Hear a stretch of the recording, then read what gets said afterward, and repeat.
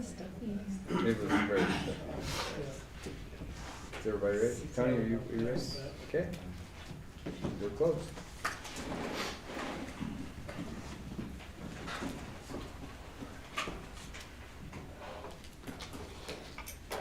Here we go. I call this regular session of the Lovington City Commission to order. Ms. Dorn, roll call, please. Commissioner Rodriguez? Here. Commissioner Ramon? Here. Mayor Roberts? Here. Commissioner Perry? Here. Commissioner White? Here. All right. If you'll join me in the invocation this evening, I guess. Father God, we just want to take this time to thank you for the moisture you provided last night. Father, we just are always so grateful when you find the time to send it our way. We appreciate that it had very minimal effect along with it. And of course, I know that we will see the results over the next few days from all of the vegetation. Father, we ask that you be with us tonight as we discuss the items of our community. And Father, just please grant us the wisdom and the knowledge to make good decisions for our city. Bless our citizens and all of the efforts that they are putting forth to make our city even better. Father, just always give us the knowledge to assist them in that task. Father, we just ask that you be with us again tonight. Keep this moving forward. And of course, make all of our decisions the best for our community. Through Jesus Christ's name we pray. Amen. Amen. All right, if you'll join me in the pledge. I pledge allegiance to the flag of the United States of America and to the republic for which it stands, one nation, under God, indivisible, with liberty and justice for all. Salute the flag of the state of New Mexico, the symbol of perfect friendship among united cultures. You may be seated. All right.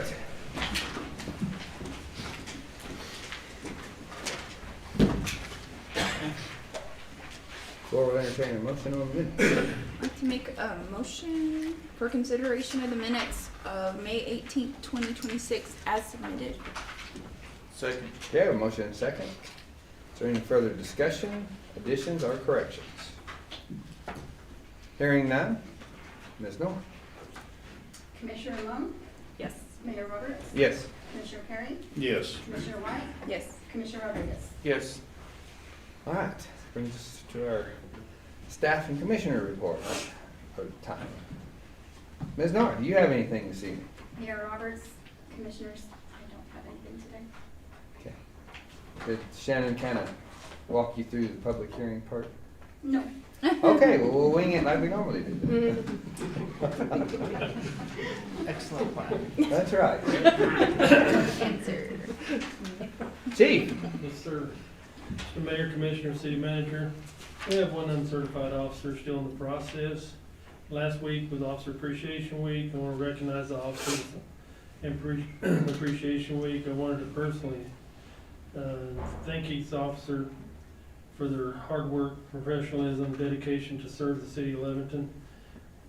We provided breakfast last week. I want to thank them and recognize them for the sacrifice our officers make every day while working short-handed and covering extra shifts.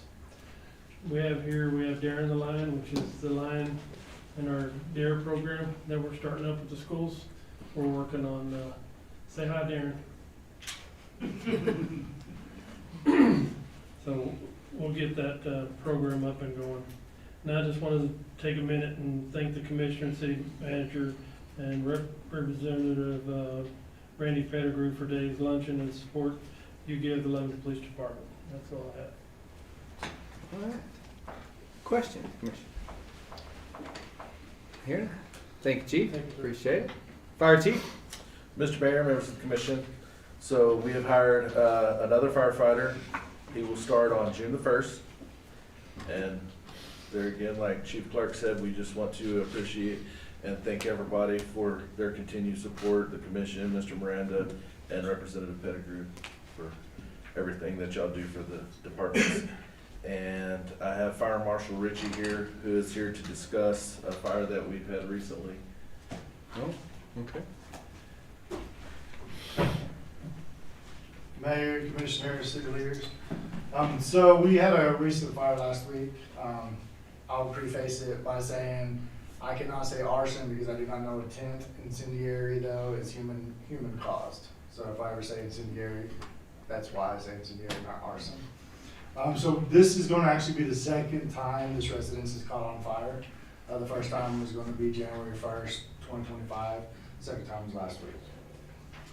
It is extremely imperative that that it is acknowledged that this residence at 615 South 4th Street does represent a critical risk to public safety, first responders, and the surrounding community, be it children playing around or neighbors. With that, it being a hazard, with it being such a hazard, with the multiple fires, it's going to be a reversible decay. The property on, or the house on that property is going to just continuously get worse and worse, not only due to weather, but also through vagrant or transient persons being in that area. There's also an unimaginable fire load in that area. It's not being maintained.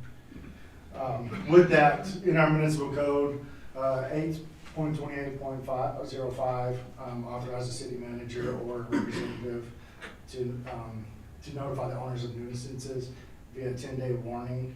8.28.06 mandates filing a complaint in municipal court if the requests are not complied with. That will establish the legal ground for it. But there is an exemption if the notice is not mandatory when immediate abatement is necessary. So that's why I'm kind of approaching out today, is saying that immediate abatement is kind of necessary to protect not only emergency personnel, but also the surrounding community from liabilities. So these are some of the images. Some of the are invoking the emergency provision of the 8.28.06. The severity of the structural compromise, the high probability of vagrant cause recognition necessitates immediate summary abatement. This is another image of that property. This was actually from the first fire. That first fire just has been sitting there for over a year and a half and just continuously started degrading with people in and out of the. That's the IFC codes. Being unsafe structures shall be taken down and removed, and the abandoned premises. A few more images. That's going to be your high fuel load, as well as more of a structure coming down.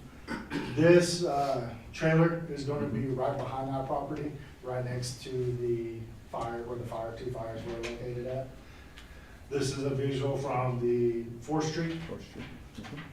This is further in the corner of 4th Street in the alleyway. Maybe a little bit further, some more. So basically, we're trying to get some of what y'all would like for us to do. If we would, I encourage to get this demolished as soon as possible before any liability falls on the city. And I also asked Patrick if he has any legal advice on that. But what would the process be for y'all? It does talk about in the state statutes that we would need a resolution to pass through y'all. If so, I can make one for next commission meeting. Process for all this would, I feel, needs to be as fast as possible. Well, I think we have a process in place, if I'm not mistaken, to deal with this, right? Yes, sir. So is there a reason we can't just initiate that like we do in every other instance? Yeah, the last time, which was the second Jefferson, we put it out in the newspaper for 10 days. Well, yeah, that one was a little bit different because the property owner was deceased and we knew that. So then we had to check back. But what I'm saying is anything else that comes up that either has an imminent risk or a not so imminent risk, we have a method in place that we use all the time to deal with that, right? Yes. The first step is to determine if there's asbestos in the property. The owner has given us permission to test for asbestos. If there's no asbestos, we can do the demolition ourselves and put a lien on the property. If there's asbestos present, we have to hire an outside abatement firm, and that's going to greatly raise the price, but the lien still goes on the property. So And so in this instance, you have contacted them? Yes, Okay. code enforcement and the chief have been in touch with the owner, and she's pretty cooperative. Just doesn't have all the funds to clean it up herself. Realizes a lien will be put on the property, but the big question is, does it have asbestos or not? So we're Is still, it safe to enter to do an asbestos inspection? Portion of the property. So with that, most of the property, I would say, no, it's not. If I talk to environmental, they'd probably agree with me that they wouldn't want to send someone in there to test for those asbestos. But with that comes the risk of just saying that it has asbestos in it. And so we Yeah. have to go with it. You have to deem that it is asbestos material, if you don't do an inspection. But again, and in my training, I'm the asbestos inspector, if it's not safe to enter, you just deem it asbestos. There's no sense in risking anything if it's unsafe to enter. Because you are in there beating with a hammer to get all the different samples. You have to dig to the bottom of that burn debris. I've done a burnt building before. And you have to dig to that bottom of that debris to see what kind of flooring's underneath there to test for all that, or you have to deem that as asbestos if you can't get to it and see it and visually take a sample. I believe it's gonna be wood flooring. It's Yeah. gonna be rough. Yeah, just looking at the pictures and, Which portion of the house that you could get to?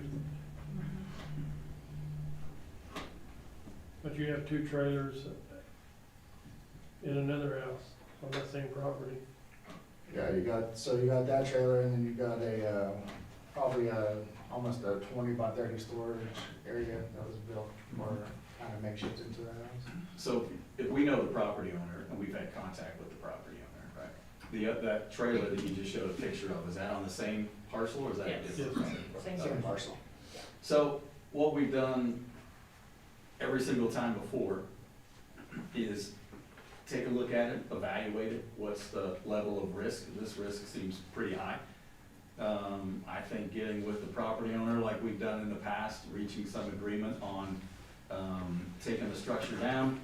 And I think the biggest issue for commission is not whether or not to take it down, is what that cost is gonna be. I think, and historically, that's what commission has wanted to see, what's the cost and how quickly you get act. So I don't see anything different with this one than most of the others we've done. So I would think that would be the next, have Crystal take a look at it, or wherever else we need to get a cost estimate on it. And then get with the owner, and we notify the owner, hey, this is a serious risk for neighbors, school kids, first responders, we're gonna take it down. Here's what the costs are, we'll put a lien on the property, and if it sells, we get that money back, if it covers that particular amount. I don't know what those lots would sell for, how big the lots are, but it's pretty straightforward, so. That's a pretty good sized lot. That's good sidewalk. So, get an estimate, come back, I mean, is there something like today, that Well, there's a risk today? the big thing is the squatters. Right. So with it being incendiary. So she could put up someone a did- no trespassing, at least to kind of give PD some assistance with that. Yeah. Cause she had gave him permission to start tearing this trailer down. Okay. That's it, Gay food. People, Squatters. squatters, okay. for whatever reason. She goes, hey, we wanna tear this trailer down, let me get with the owner, I don't mind. We wanna tear it down, we wanna tear it down anyway. Well, I would get back in touch with her, tell her to put up no trespassing signs, and then I think once we get an estimate on what the cost is, So, I may not have it, it may be in other photos. There's actually a private property, no trespassing on the front window, yeah, it's on the different photo. But we can speak with the homeowner and get them to do that.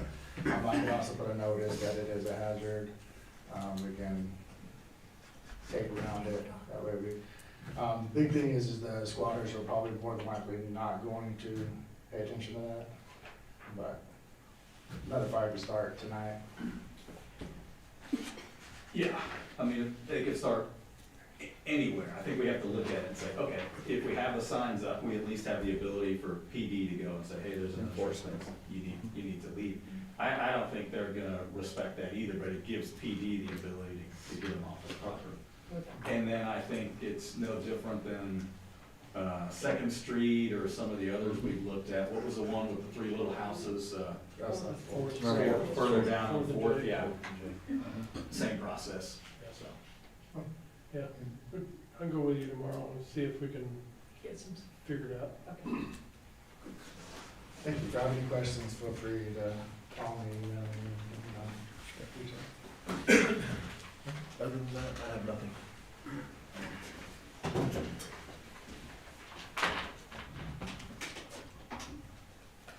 City manager can, if we've talked to her before, can we maybe get, with her blessing, streets or somebody to go over there and kind of clear some of the, because there was a point last year, you couldn't see the house because the vegetation was above the roof.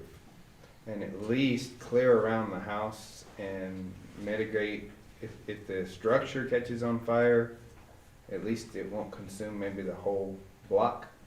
Yes, yes, sir. Cause they can blade it, I don't know, whatever equipment we've got that would fit in there. If we have to remove it from the premises, that would incur some cost because of the roll-offs. I realize that. But there's a cost no matter what. Yes, sir. Every time we respond, there's a cost. Thanks, Archie. Yes, sir. Anything further? No, that is it. Questions? All right. Commissioner Rodriguez. I have nothing this afternoon. Okay. Commissioner Ramon. I'll save plenty in the rest of it. so. Okay. Commissioner White. Anything? All right. Nothing, sir. Ed, you're up.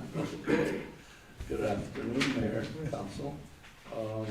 The budget that we agreed upon, or the commission agreed upon last Monday, it's already has been loaded into LGBMS. And now we're beginning to put the supplementary information that they want. For example, the schedule of all the employees, benefits, or the costs, the benefits and everything like that. That's all being inputted in there.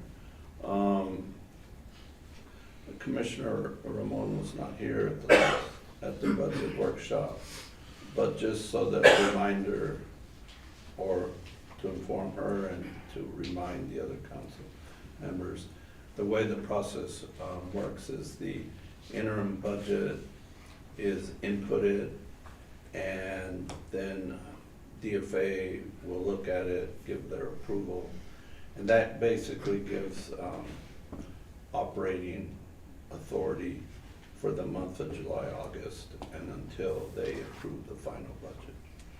And then in the month of July rather, we have to finish the year-end accounting, our cash balances, and then we can submit a resolution with the cash balances in there and the final DFA report for the fourth quarter. And then they'll approve the budget at that point. Now, any changes to the budget after that will be done through the budget adjustment request, the bars, which the commission would approve. So I don't know if there's any questions regarding the budget. I do have a question. So you're saying inputted, it means it's been submitted already? No, it hasn't, the button or the submit hasn't Okay. occurred yet. I only say that because I'm not happy with the budget. So I would like to have a workshop. I'm sorry. I would like to have something before it's due on Friday. Well, the issue, Commissioner Ramon, is that we're under a deadline, we have to get it done. And if we start making changes, as far as accounting, there's a flow to it. And you want to get the flow right, when you don't want to be at the last minute trying to make changes. The budget can be changed through the budget process, the bars in September, if you want to make a change.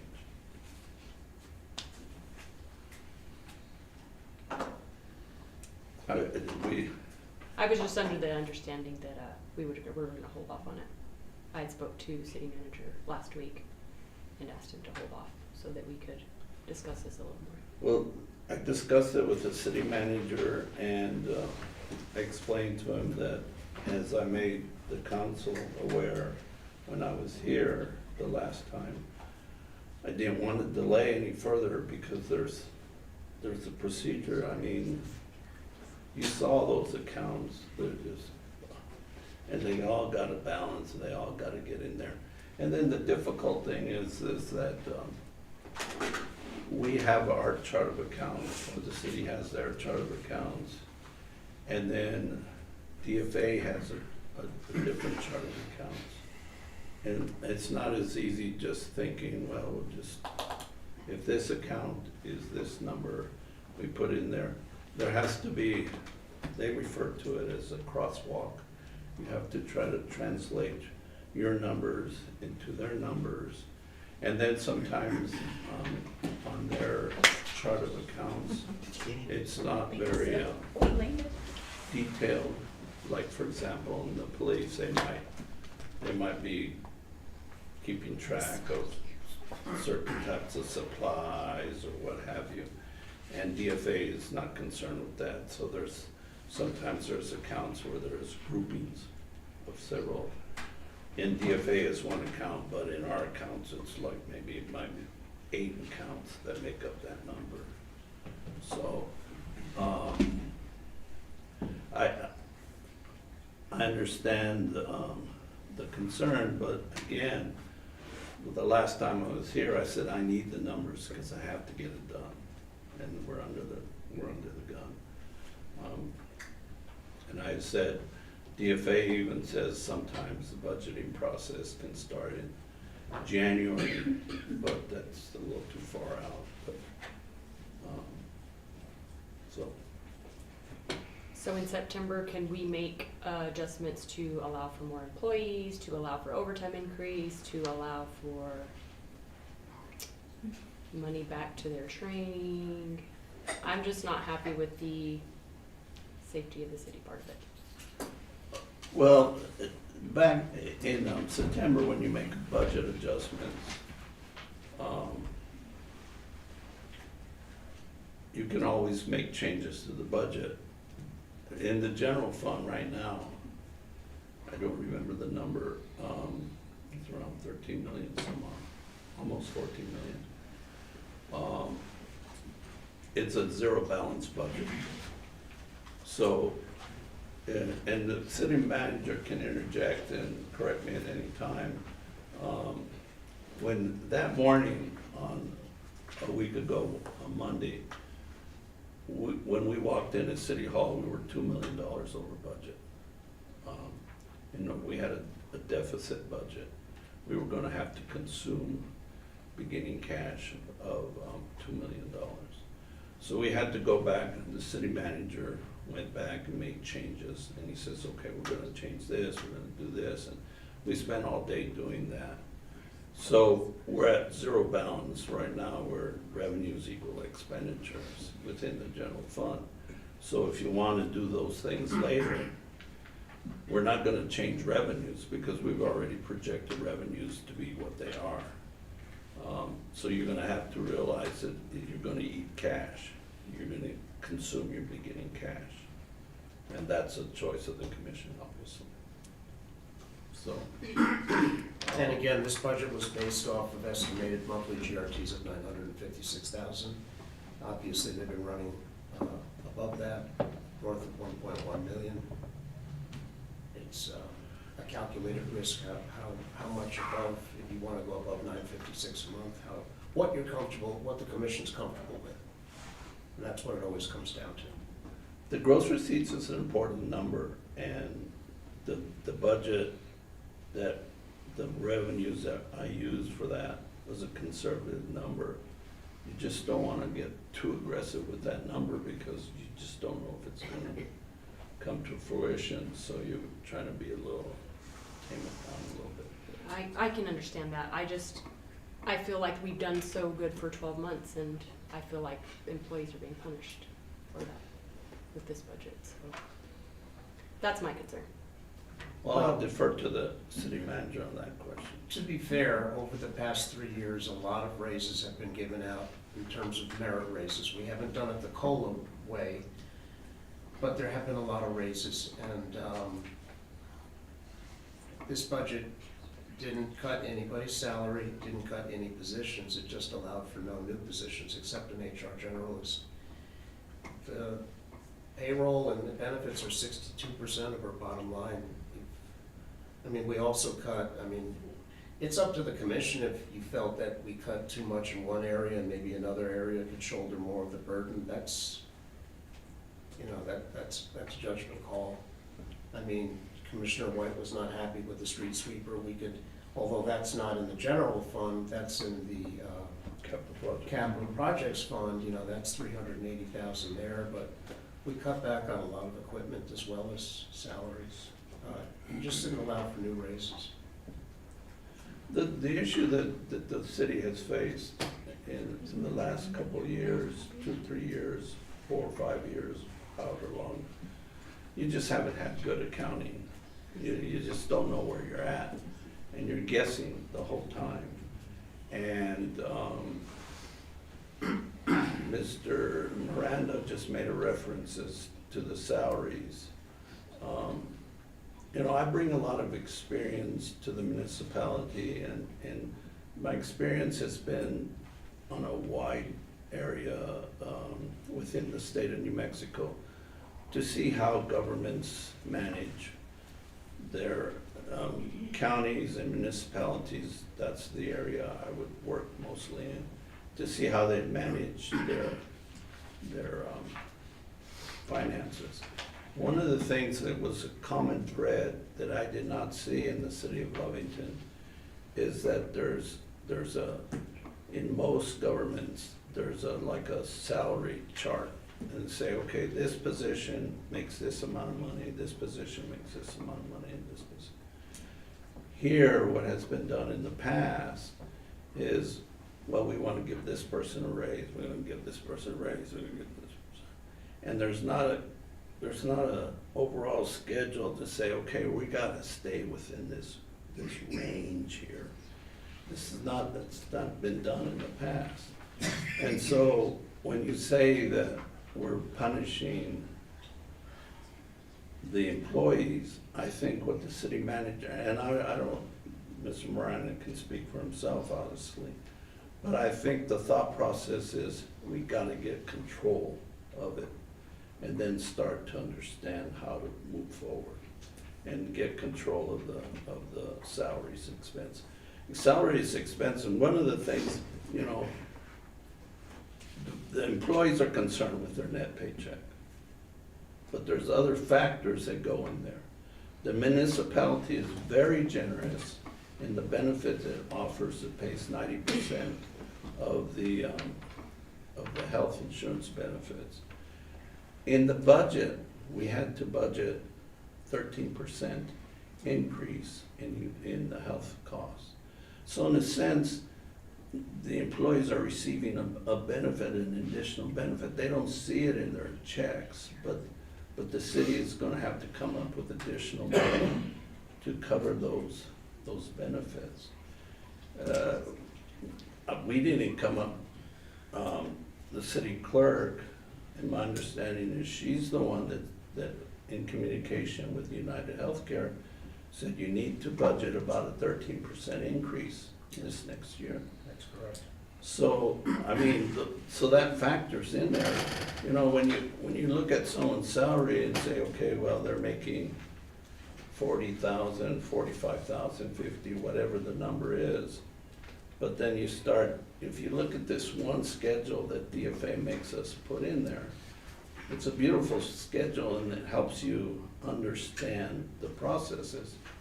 You begin to see, we're not concerned with the net check of the employee, we're concerned with what is the cost to the municipality in the way of gross salaries. The employer's share of Medicare, the employer's share of Social Security taxes, the employer's share of PERA, and the employee's share of health insurance benefits. and the employer's share of wellness that you offer. All those things start to add up in a hurry, and it comes up to big numbers. This also affects our community, because if we're cutting overtime from police and fire, who's But gonna I- work the parades, who's gonna work fair, who's gonna work the 4th of July at the park? And that was other things I brought up besides just a street sweeper. Pre-emergent, that another officer would be paid less than what we would pay in overtime compensating to cover for that officer that is not there. There's several other things that I brought up. I understand, but we And were I understand given, where you're at. And I also asked you what the cost of transportation for a certain person was, and you couldn't give me that number. If you're talking about all these costs of an employee. well, that's Commissioner White, I agree with you on, well, I understand where you're coming from. I can On let you that, back in. I that's a can separate let you back issue in. that can be discussed later. That's not an But issue. you're like lecturing her because she wants good things for her people and our people, and I do too. I'm not lecturing anybody. Don't shoot the messenger. We're given the task to say, we need a balanced budget.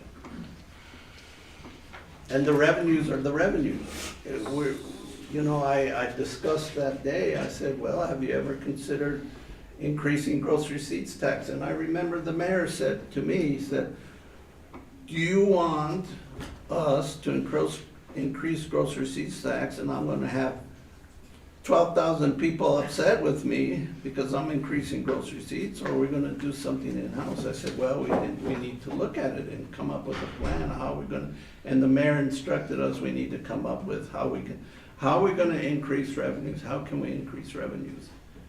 We can't the municipality cannot keep just dipping into the cash reserves. We've asked for wastewater be fixed for 1.5 to 2 years. We've asked for water to be fixed for 1.5 to 2 years. For all the commercial meters to be changed, that's still not complete.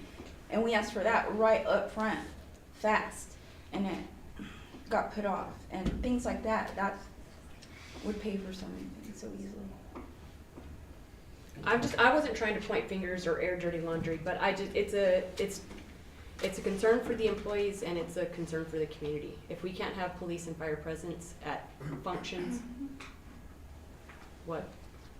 Are you gonna be comfortable making those adjustments, because we're gonna need them? I'm not okay with telling police and fire, you're working the parade and that's it. So we're gonna have to start asking the county for more help? I mean, Well- is that something? Yes, we will. They've given it to us in the past. When I took over as police chief, the sheriff brought over 4 units the next month. Here you go, free. They'll help us. But we'll take direction from the commission. If you're comfortable going off $1,050,000 monthly GRT estimate, we can make it happen. No, I will, I mean, not I'm on not gonna adjust, I'm not Not- gonna increase the gross receipts tax. What I'm comfortable with, if the commission decides we wanna dip into cash, then you can dip into cash. That's your decision. Correct me if I'm wrong though, Mr. Mr. Fierro, is in July, I guess, is when we get better, more secure figures. Is that what you said on the last meeting? Like, as far as more history part of it anyway? We would have the finalized numbers for the fourth quarter. For the fiscal year. Correct. For For the fiscal year, we're gonna understand. So that would give us a better understanding of where we need to be as far as budget wise. Is that correct? Well, and I was discussing, I just got off the phone maybe about an hour ago, with, the consultant who has been very generous, Mr. Michael Stinger, to helping us and helping me go through this process. And he says, the good way that, the benefit of the way you did the budget is you're not gonna be really too much concern, at this point, you're not concerned with your cash balances, because you're in balance. If all of a sudden you say, well, we're gonna need when this is where municipalities and counties get in trouble, we're projecting our gross receipts to be so high, and we're gonna dip in $3 million, and then you turn out, you do your July numbers, and you find out, we don't have $3 million that we're gonna be able to use. So that Commissioner Rodriguez, to answer your question, in July, we will have better numbers. The issue will be the budget's done at that point. So you can't make it, that's done. But you can come back in the month of September, October, as we did in March of this last year, because I realized when working with the numbers, I said, we're gonna be way over budget. And we're gonna have you see, the state, the way statutes are designed and the way this DFA looks at, they're concerned with revenues at the beginning, and they're concerned with cash balances.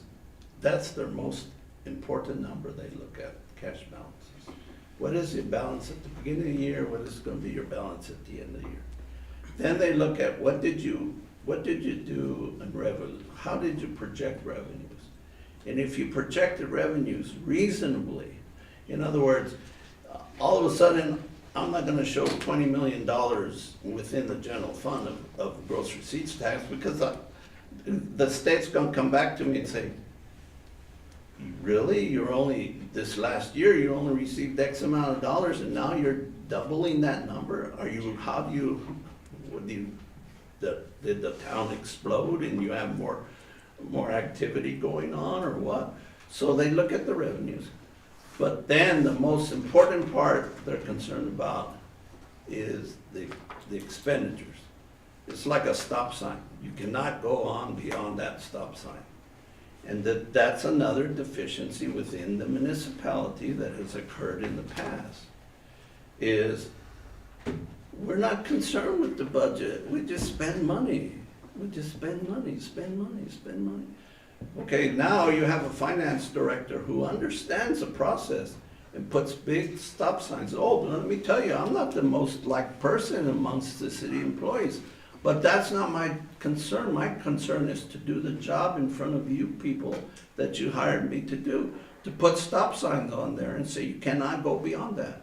I had a person came to me last week and said, you know what, I gotta pay this, I have to send someone to this class. I gotta pay this, I said, let's do it next fiscal year. When you have the budget, you already expended your budget.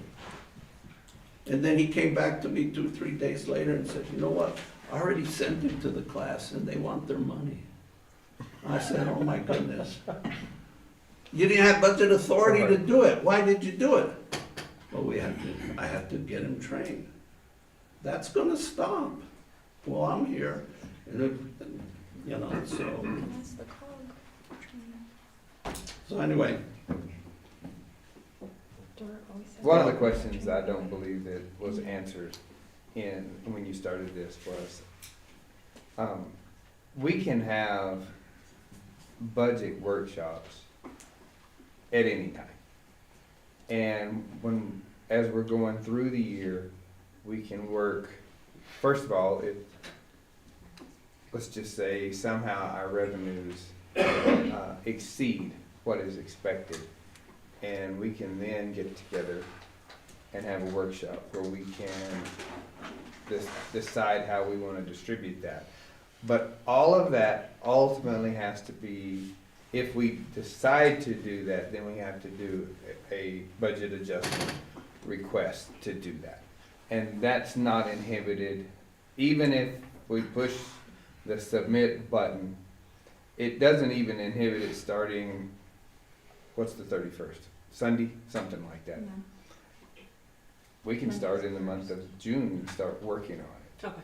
And that was what, and I know you weren't here, and one of the things that I asked the financial director was, at least by August, we need to figure out where we're at, and we did discuss during that meeting whether we wanted to, dip into cash, which is not one of my favorite things to even discuss, or whatever, because I do feel like the employees need. And Commissioner Watt, everybody agrees with that.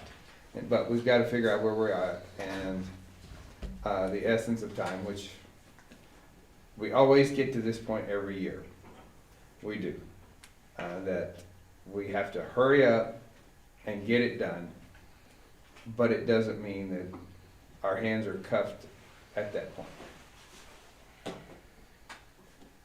Correct. Agreed. Questions? Just like to have more meetings then. More meetings, but I think Monday night is just gonna be it Full of for a meetings. long time, that's right. All right. Not every Monday, but. Well, I don't have a problem with Monday afternoon meetings. I mean, I think it's important that we get things done, and I think it's important that we need to look at the budget more closely, whether it be monthly, whether it be quarterly, but I don't wanna wait until the end of every year to try to get something done. I'd like to be more proactive on that.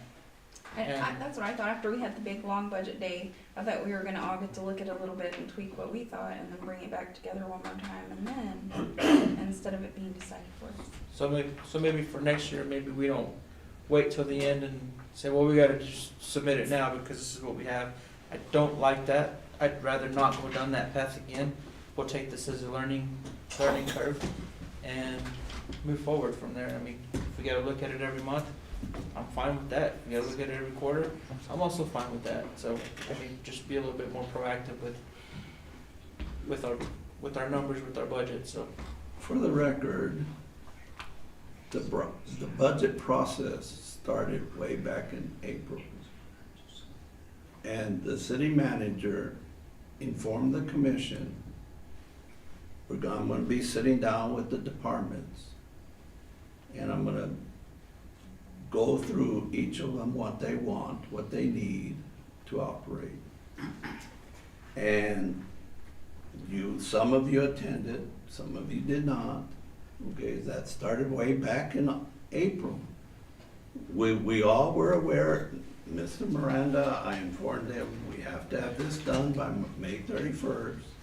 June 1st is the deadline, we have to have it done. Okay, so we're not at the last minute, we're really not. I understand that, but what I'm getting to is with last Monday's meeting, you guys presented what you call the final budget, but there wasn't given any chance to make any other adjustments to it because, well, this is where we're at now and this is what we wanna hit submit. If I may interject. And I know that, and I understand that maybe it's not set concrete where it's like, this is it and it's final, that there's a chance to maybe go back and take a look at it, but I think we just need a bit more time to at least chew on the ideas of. Well, we had a week, if you recall, there was the first meeting where, as I called it, the unfiltered budget. Everybody came in, all the department heads with their asks. At the end of that meeting, the commission stated, we're $2 million over budget. A week went by, and unless I'm mistaken, Ed and I did not get any feedback from the commission on where and how we should cut. This budget needs to be submitted to the state by the end of this month. So after a week elapsed and I got no feedback, that's when I called Ed and Michael in. I said, we're gonna have to cut $2 million from somewhere. Now, you know, if people aren't happy with where and how it was cut, I mean, that's a subjective thing, but it had to be done. We needed to submit a balanced, responsible budget by the deadline. Now that we have good numbers, can we just start earlier next year? Sure. Okay. I thought April, early April was good this year. We can start earlier next year. And bear in mind, I mean, you can check the budget every quarter. As we go along and Ed gives those quarterly reports, that's kind of showing you how we're doing intra-year with our budget. And that's why we do bars, because if we're spending too much, we gotta do a bar, usually to the upside. But that doesn't help us when department heads come with their Christmas wish list and we have to absorb that for a little bit and think about that on top of the normal everyday.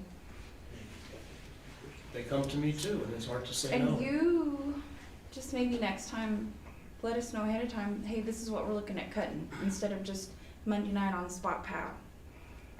I mean, I know that's what that whole meeting was about, but we could have dialogued about it along the way a little more. No one got back to me the next day after that meeting saying, hey, don't take it from police, take it from senior center or something. I had no way to get back to you the next day. I mean, we were there all day long. I had to go to work and catch up. We tried to make it as transparent and inclusive as possible for everyone. It's really not, it can be changed, it can be amended, it's okay. It's just, this puts, We have to get something in, is what Yes. you're saying. Right. And we understand. right, Well, it does seem that that process was rushed. That was the impression that I got, that it was rushed and presented to us that evening. I thought the word that was used was preliminary budget. right. And when you were pressed on that, then you explained, well, but it's set in concrete. The only thing that changes is the money on hand has to be plugged in, and that makes it final. Am I correct on that? Is my understanding correct on that point? Right, except I don't think I used the word preliminary, I used the word interim, because that's what it is. Because It's that's what- semantics. Well, but I'm trying to get it down to what the way the state, Okay. so Well, we're going. for 3/5 of this commission, it's new to us. Right, And so it just seemed rushed. well, okay, Commissioner Perry, let me, from my experience of working here in the city the last year, Yes, sir. if I didn't, that evening, I looked at the mayor and I said, I need the budget. Because we've got to start. I don't wanna be here Friday night or Saturday night till 2, 3 in the morning, trying to hit that button, go. That's what I was trying to avoid. I understand. And besides, that's not the only thing we're working on. We've got personnel issues we're dealing with, we're trying to get, bank accounts reconciled, we're shorthanded people, and so we got all this stuff going on. And I say, I need to get it done, let's get it done. And if we say, okay, well, no, let's have another meeting, I was getting the feeling that we were gonna have another meeting, and then we were gonna delay, and then we want something in so that now at this point, we can refine it and get it better, if you would like. Well, I think at this point, we're kind of beating a dead horse, right? Correct. We just have to do better in the Just gonna future, drive over all with a of motor us. grader. Right? Right. And Mr. Miranda, the city manager, has agreed that at Commissioners Ramon's request, that we're gonna start this like in maybe March or something like That'd that. be great, sure. In the next year. Thank you. You're welcome. So, I do want to make one final, for me, regarding the one budget, Do what? regarding the budget, Regarding the budget, well, the process that we've gone through, one of the things that I think there was some misinterpretation, would be a good word, is when we did the first unfiltered, we did not talk about revenues that particular day. Last Monday, we did talk about revenues and expenditures. So, just so that everybody understands, when this past Monday was the first time that we had all of that in front of us. So, yes, we could have gone through, it's possible to have gone through and said, okay, I'm just using Commissioner White because she's easy. Sorry, yeah, easy to use as an example, okay, sorry. Easy to steamroll. She didn't particularly like the street sweeper, all right, so that was on her Amongst list. so many other things. I know, I'm just using, this is just an I'm example. like ready to blow on the word street sweeper right now. Okay, all right. you want me going Say there it and one take more that? time because we're Sweep gonna. her off? But No, it's we not didn't know that, what, it's the jazz. we did not have a magnitude of what to work with. Right. Okay, we didn't know at that point, going into last Monday, that Monday morning, we were $2 million short. We didn't know that until Monday evening. Correct.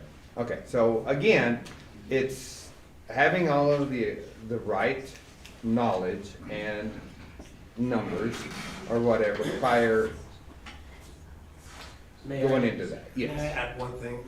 I'd ask the commission to remember that the changes that were asked for in the first unfiltered budget, remember, those were based off of our adjusted budget. We did a budget adjustment 3 months ago, 4 months ago, to the tune of $2 million, something like that. So you weren't looking at the net change off of the original starting budget for the current fiscal year. You were looking at the changes asked for to an already inflated budget, and then the changes were that much more. So off the original budget, You showed us it was like 14% more, or it would be 6% off of this one, but it's totally 14 over here. You showed us that on every one. And I asked tons of questions the Yes, whole day and wore off out of- everybody. And there was a lot of those not addressed in the Monday night things. on the spreadsheets for the departmental meetings, it showed the original budget The and the percentage current that went up adjusted budget. and the full percentage. We got that on every single department. We So did. just bear in mind that the adjusted budget was a lot more inflated than the original budget, year over year.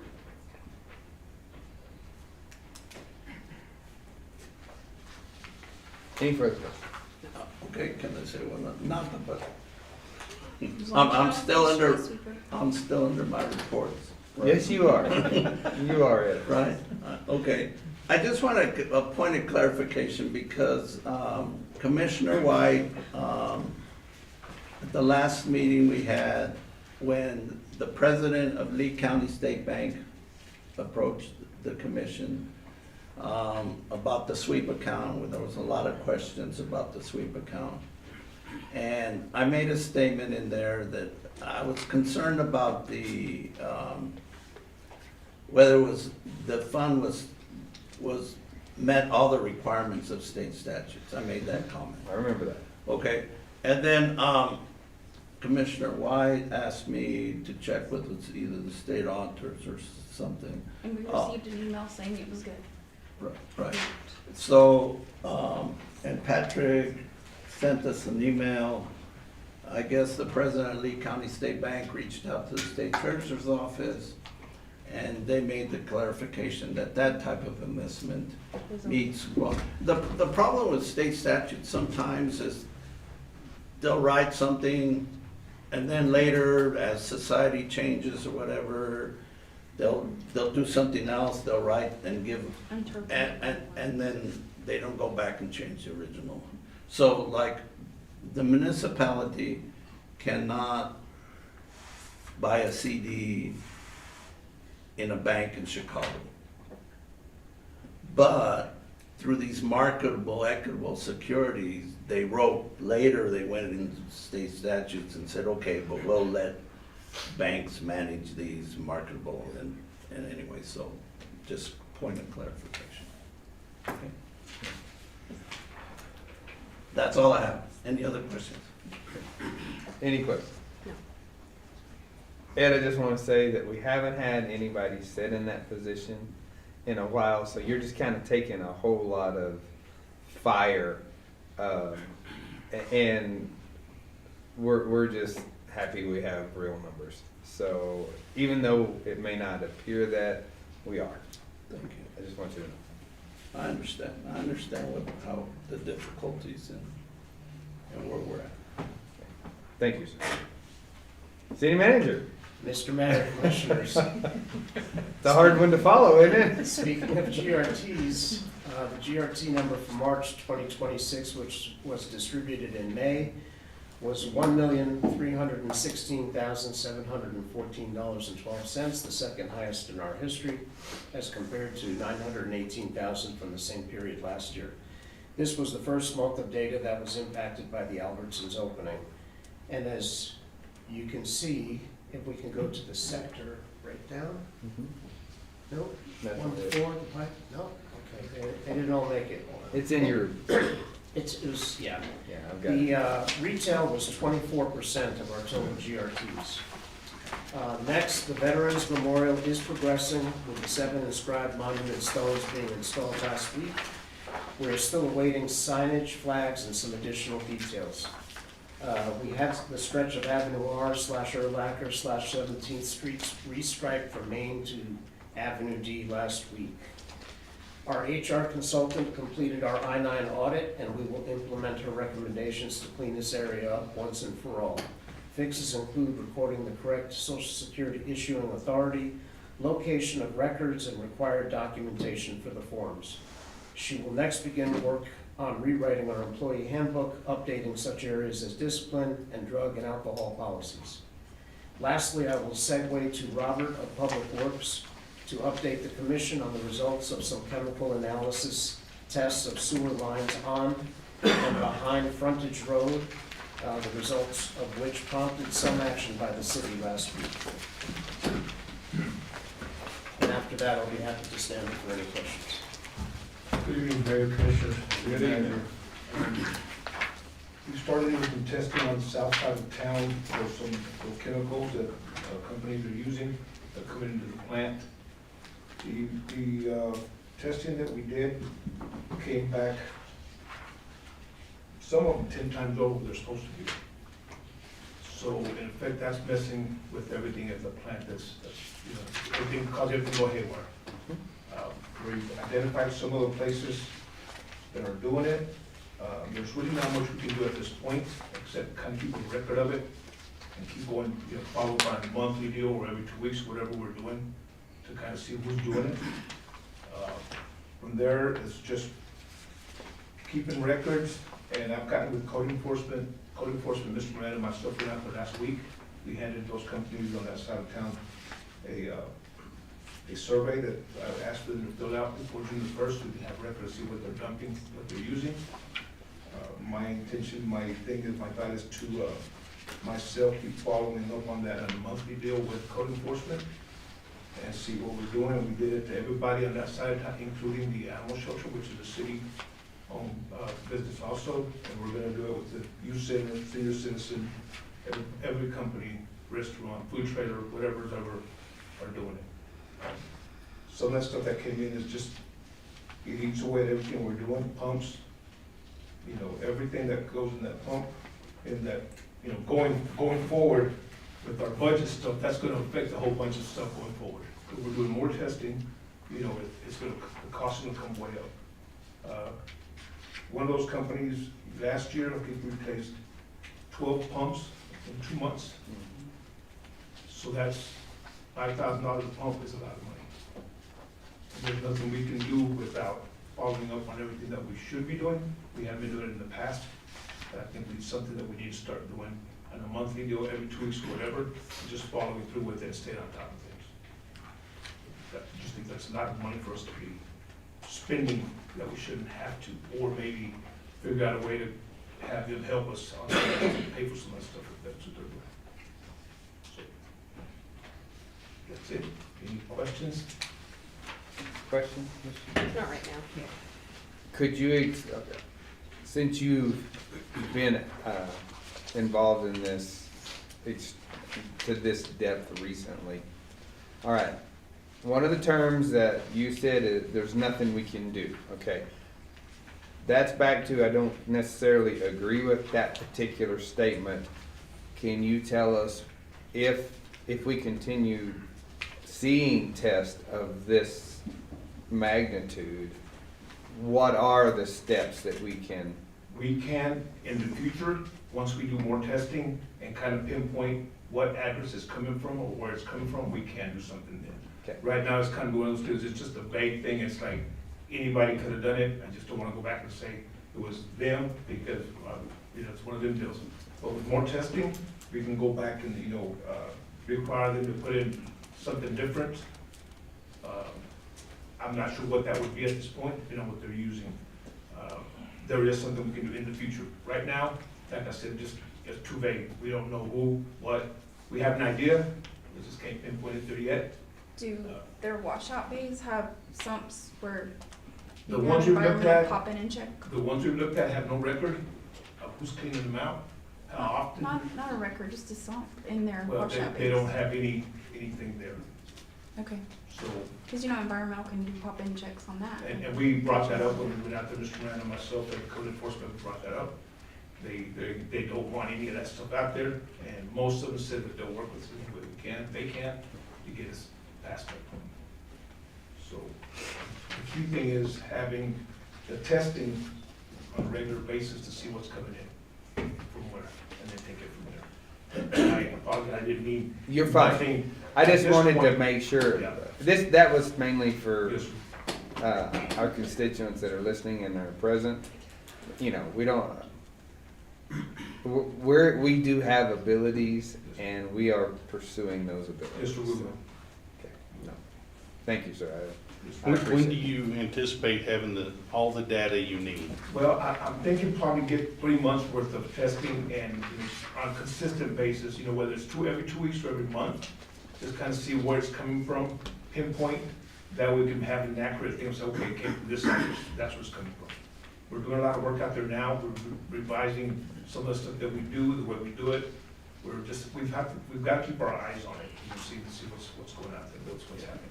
Everybody that's in question has been made aware that you're looking. Yes. Yes, sir. Some of it relies on self-reporting, which is not a perfect science. No, sir. But on that point also, we do go to each manhole and we pull samples from there. We have the ability or authority to do that, so we are doing that. We don't have to have their permission, we just go put it from where we think, or their line, or whatever, and then we get it tested that way. And we will continue the other side of town and everything else as we move forward, with the help of code enforcement and everybody else. Any other questions? Thank you, Robert. We appreciate it. That's it, sir. That's Yes, it? sir. Okay. Happy to stand for any questions. All right, any questions for city manager? Real quick, I'm sorry, on the back of that, I left some stuff on the back, you guys want to go through it and see what came up? Yeah, I got it. Thank you. Yes, sir. Hearing none, Mr. Moran, we'll move on. Ms. Ball? I have nothing this evening unless you guys have any questions for me. Questions? Just one, are we still doing a traffic study on turning right? I have not heard back from any new DOT, and I will get with them and see where they're at. Okay, Okay. awesome, thanks. Thanks for getting that sign removed so quickly too. It's made a big difference. Thank you, Ms. Ball. Counselor? Mayor and Commissioners don't have anything new to talk about at the meeting, but a couple of updates. One is that I did receive the work plan from Percheron, so by the next meeting, we should have a draft agreement put together. I didn't get it in time to get it into this packet, but we do have something, and it's certainly workable. As far as the public hearing, I think our assistant should be able to get that knocked out. It's pretty straightforward. Right, If not, it we is. can put that together. The other thing is that this is the first I've seen some of the numbers that you've seen tonight, also probably the first.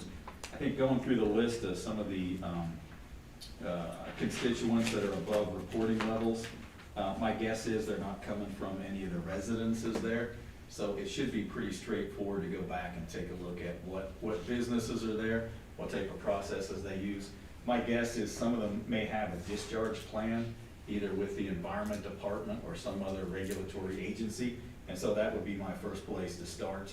I'll get with Robert and make sure we understand, how to get to them. Some of them are, a couple thousand times what the reporting limits are. So they're pretty high. And what you have to take into consideration is you're not maybe just sampling that waste stream. If there is one point source, you're sampling that waste stream once it gets mixed into the rest of the sewer, I'm assuming. So there could be some other levels that we're dealing with, but I'll get with Robert and make sure we get that addressed, so. And I'd be happy to stand for any questions. Questions? Thank you for Thank you. assisting in that area, because Thanks. definitely, we know that we've got to do something there, so we appreciate all the help. All right, this brings us to our public comment time. I have a couple of names up here, so at this time, if you put your name on the public comment, please come to the podium. This is for items that are not on the agenda. Come to the podium and state your name and tell us what you want us to hear. Limit it to 3 minutes or less, please. Well, mine's short. 2 minutes. Okay. Mine's short and quick. My name's Tim Boyson Jr. I want to bring up the fact of the gas prices. Now, I understand Memorial Day weekend and all that and what's happening in the Middle East. But if Hobbs is coming down at $3.93, Lovington is not. And they've been staying at $4.35.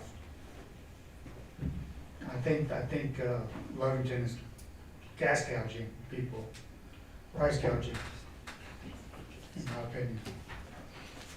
Well, the city of Lovington is not involved with the setting of. No, but I think you guys need to look into seeing why they're doing what they're doing, because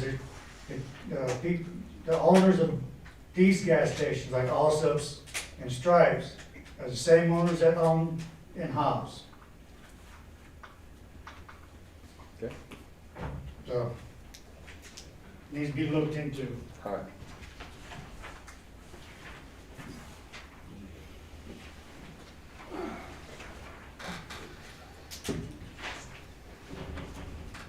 I'm getting them. Mayor, Commissioners, my name is Tim Boydston. It's not seen here. First of all, I want to thank the Mayor and Commissioners for coming out and joining us yesterday for Veterans Memorial at the cemetery, and for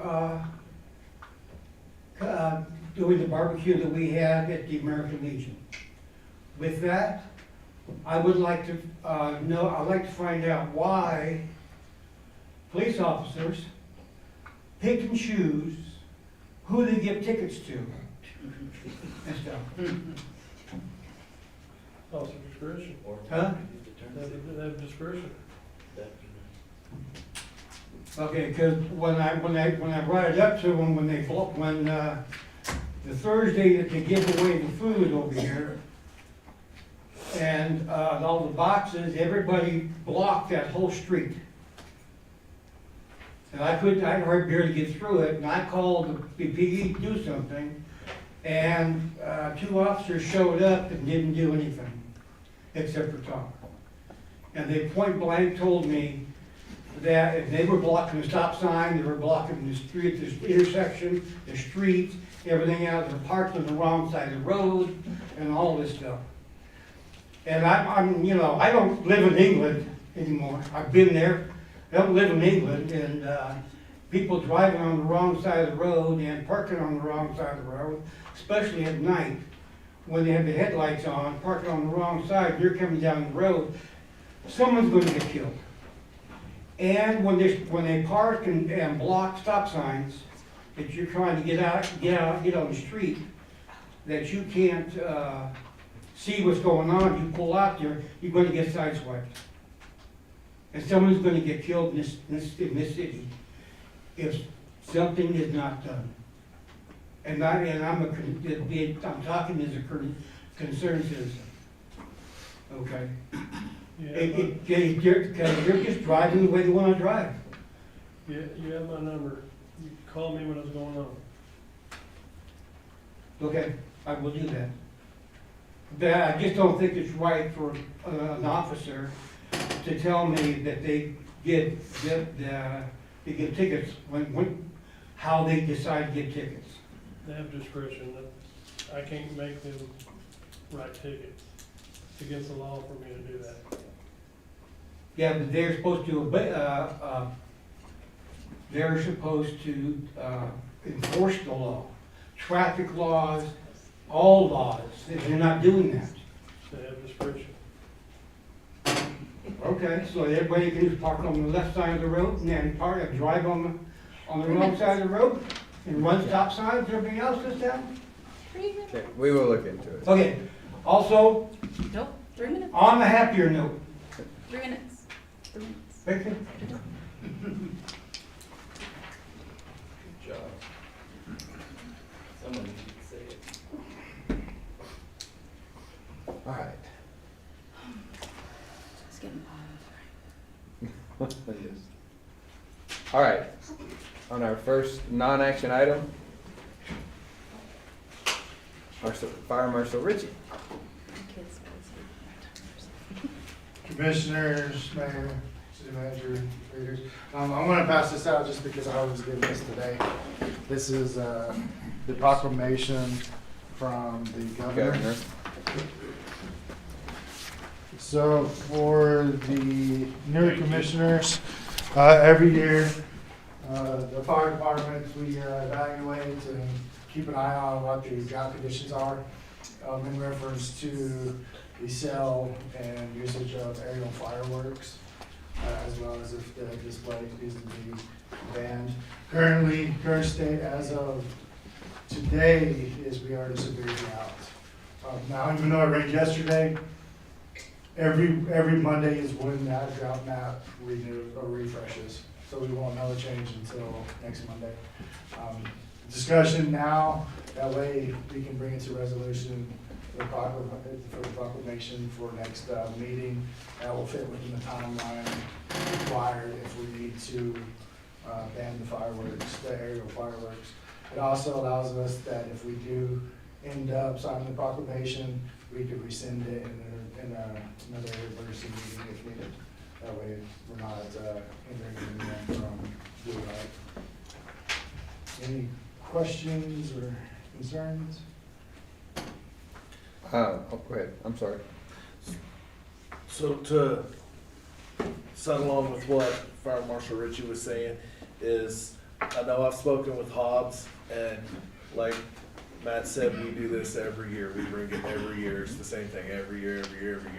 So what Hobbs done, and it may be something, y'all may say, no, we don't want to do that, but we can actually put out a city ordinance that says no fireworks in city limits. And at that point, it doesn't matter what the people sell. By law, they can't shoot them in city limits. So at that point, this doesn't have to be done every year, just over and over and over. There's been years where it's been brought up, and then sometimes it, for some reason, got brought to the commission too late, so then we were out of our time limit, and we just had to roll the dice and see what happened. Is that your recommendation? We don't have time this year, but my recommendation going forward. We could definitely do some research. A lot of it, even the state, it states that in municipalities not to allow the aerial fireworks with those municipalities. Our ordinance does not say that. Could you write an ordinance that said if there is a drought in order in place, it's illegal to shoot? I mean, you know, that way it leaves that buffer. When you write an ordinance, you can put pretty much Yeah, what you want and they in could that go and check, ordinance. and they'd leave it open on the good years and close it on the bad. So we could definitely look into it and start that process, and we could start it now for next year as well as the other holidays. And if we're going to do it this year, what's the date you need us to? So, in order for this, it'll have to be brought to the next commission meeting and voted on. And then, so for the newer commissioners, when this is brought to y'all, it'll be voted on. But then the next commission meeting, which will still be the meeting before 4th of July, if we've been getting a lot of rain, that resolution can be rescinded. So we have done that before, and then there's been commission meetings where it's brought to y'all again, y'all do another vote on it. That way it pushes it through the 4th of July so that it continues through that whole period and it doesn't run out, because it's only good for 30 days. And I will say, I started watching the drought map back in April, and we were not under severe drought, we were under just a moderate drought. and ever since it has started raining, it actually has gotten worse. So it fluctuates every week on what the drought conditions are. I had received this, I'm sure we all did, the executive order. Thank you. I haven't had a chance to look over it, and obviously not. What is the difference between her executive order? What recommendations is she asking for that's above and beyond what we typically look at? To me, reading it, there's nothing different from what we normally do. Okay. It's just her issuing to me, it's a plea saying, please actually enact this if it is a severe drought. Well, I noticed that they said, and also implement, in the language, implement all, either additional or whatever fire measure, or fire protection measures, or something like, so I didn't know if there was, That, on the fire prevention side, that would be just more public education in hopes that people, cut their trees, the brush, as well as maybe enforcement issues if we are going to do the proclamation and people are inside the city limits, shooting them off, just to make sure that proclamation is being enforced along with our ordinance. Other than that, the rest of it talks about the water. Conservation. Yeah, conservation. all right. Any other questions? Hearing none, thank you, sir, appreciate it. Thank you, Fire Chief. All right, brings us to our next item. All right, discussion of ATVs, UTVs on city streets. Mr. Johnson, How are y'all doing tonight? please state your name, just so everybody knows. Good evening, Mayor, Commissioners. My name is Daniel Johnson. I'm here on behalf of the ATV and UTV community here in Lovington. Excuse me. So far, about 170 residents have signed a petition to allow the use of ATVs and side-by-sides on city streets, according to the state law that's in place. So we're here tonight to ask the city to adopt an ordinance similar to the city of Eunice, and I've got a copy of that for everybody. I can hand out in a second. But that way we can try to get this done. But by putting an ordinance in place to allow us to ride on city streets, we would be able to enjoy our machines just like somebody with a classic car or motorcycle is able to do. No difference. Being able to safely enjoy our hobby under state law would improve the quality of life for all the people who have signed the petition plus their families. Most of the people who signed this petition have like 4-seat UTVs. So their goal in all this would be able to load the family up, go out to eat on a Friday night, just like if they were putting them in the Suburban. No difference. So a little bit of background on myself. I've been in the ATV world for about 35 years. It's pretty much been my entire life. And what I can say about the avid off-roader people that are pretty much 99.9% of the people that are wanting to do this, we're good stewards of the land. We follow the rules. We are in a constant battle of losing our places to ride. So we know to follow the rules, because as soon as we start breaking the rules, we know that the BLM or anybody else who's running any of the public lands that we're on, shut it down in a heartbeat. All the ranchers around here want to shut it down because of the 0.1% that leave their beer cans and act a fool. You get that in pretty much any type of crowd. But the people that are signing this petition that want to do this, that's not who it is. We're the 99.9% of the off-road community that, like I said, we're good stewards of the land, we follow the rules. We just want to be able to enjoy our toys just like anybody else does. And in this ordinance, it pretty much outlines, we have to follow all the same traffic rules and laws that everybody else does. We have to have, it's pretty much all the same equipment, headlights, brake lights, turn signals, speedometer, everything that a normal car, motorcycle, whatever would be licensed for the street would have that. So with that being said, I'll hand you guys this, and I can answer any questions or anything. Like I said, I've been in this for a long time. Thank you. Sorry about the quality of my printer. Are you okay? It died about the last one I printed off. They always do that one. Thank you. Like I said, I'm open for any questions or whatever, and what would be the next step in this process to get it going? Okay. Questions, Commissioner? Not really. Okay. I have one just for, Commissioner White and I and the previous commission looked at this 2 years ago? How long ago? Maybe. Maybe it was last summer. Was it a year ago? Okay, I couldn't remember. Heard it all, you know. Mine's a pretty simple question. Why, other than just the want to, what would be the primary purpose for us to move in this direction? Like, you're gonna, because I'm gonna tell you why I don't like it, and then, but I want, you know, I'm open-minded. It's not that. I just, I mean, generally, a city commission is looking for the quality of life of their constituents, correct? I can tell you that anybody who's got one of these sitting under their carport, you can't hardly go down any street in Lovington that doesn't have a 4C Can-Am Max XRS or a Razor XP, whatever, sitting in the driveway. Okay. Every single one of those taxpayers are gonna want to, okay, cool, let's hop in the Razor instead of going in the Suburban, go get something to eat. It's a simple deal, you know what I mean? So, so what is your reasoning for not? What's? okay, I will be happy to give you, because it is not the responsible use of it that I have a problem with. It's the irresponsible allowing children, and I see this literally every day, Yep. to drive up and down the streets on go-karts, golf carts, ATVs, UTVs, I don't even know what the difference in those particular ones are. All of that, and we are struggling to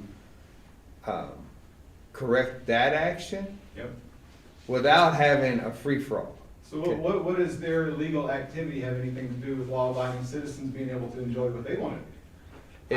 It increases it increases more use of those type of, Is this already illegal for everybody that you mentioned to be able to ride? I agree with that. So what does that have anything to do with riding it legally by state law? I mean, we could use it's dangerous because these people are doing an illegal argument, Right. 100 other different deals. There is a little bit, I actually thought of this before, I put some thought into it before I came in tonight, because I knew this was gonna have a banter back and forth. All right, right now, if a child, and that's someone that is not licensed to be on a vehicle, regardless of what type on the street, is involved in an accident, okay, then I believe our counselor could say that it would be hard pressed for an individual that was involved with an accident with that particular vehicle to be held responsible, solely responsible. And I don't know this for sure, but just increasing the activity and the general reason that it's okay. I mean, that's it. And so if it is the want of the people that want to help us come up with ways to ensure all of that. I mean, other than it's already illegal, okay? We're already at that point. It's already happening. How do we help constrict the use of that? So I'm not real, we're comparing apples and oranges here. We're trying to constrict, because you're talking about people that, a lot of people already know where I live, but I live right there where commercial meets the Plains Tatum Highway. And I've got a ton of bikes sitting in my shop working on bikes just the other night, me and my son. And there's two kids on YFZ 450R ATVs, same bikes that we ride, and another two people in a Razor 1000 two-seater. Down Gum Street, wide open throttle, stick it sideways onto the highway, fly past my house, go onto commercial, flip around somewhere down there, still wide open throttle on the limiter the whole way, the whole time. And it's not legal right now. I agree with you. So what is, that's what I'm saying. Why are we gonna allow people that are out there doing illegal things that is against the law right now? Why are we gonna allow that to affect what people like me and my son and other people in the community that have signed this petition? Why are we gonna let that affect what they're gonna be doing legally under state law? I can't see where those two are the same, I guess is my issue. Can I say something? Because you brought this up, Robert, it's about the kids being out there on their little bikes and stuff like that. You don't have anything here for teenagers and young kids to do. So if they're out there on go-karts on the street, that's because that's the only place they can. You don't have open ground, open area for anybody to go out and enjoy. So if they're out on the streets on their little moped that goes a top speed of 20 miles an hour versus his ATV, which is insured, registered with the state so that he can use it on roads, it already has turn signals, horn, seat belts, 5-point harnesses, which are safer than most cars. Your excuse of it being an accident, well, he's insured. Why can't you hold him responsible? Now, the little kids out there playing around and having fun, why are we gonna hold them into this conversation? That's what they're for. They're so the kids can have fun in the weekends. There's nothing for us to do here. I grew up here. I'm 40 years old. And I'm I've seen this 63 and town I grew up here completely- too. Okay, and you've seen it go completely downgrade. Y'all had a bowling alley, a roller rink, arcade, family events, family gatherings, everything. All of that has died for the last 20 years. So if he wants to ride his ATV, I'm all for it.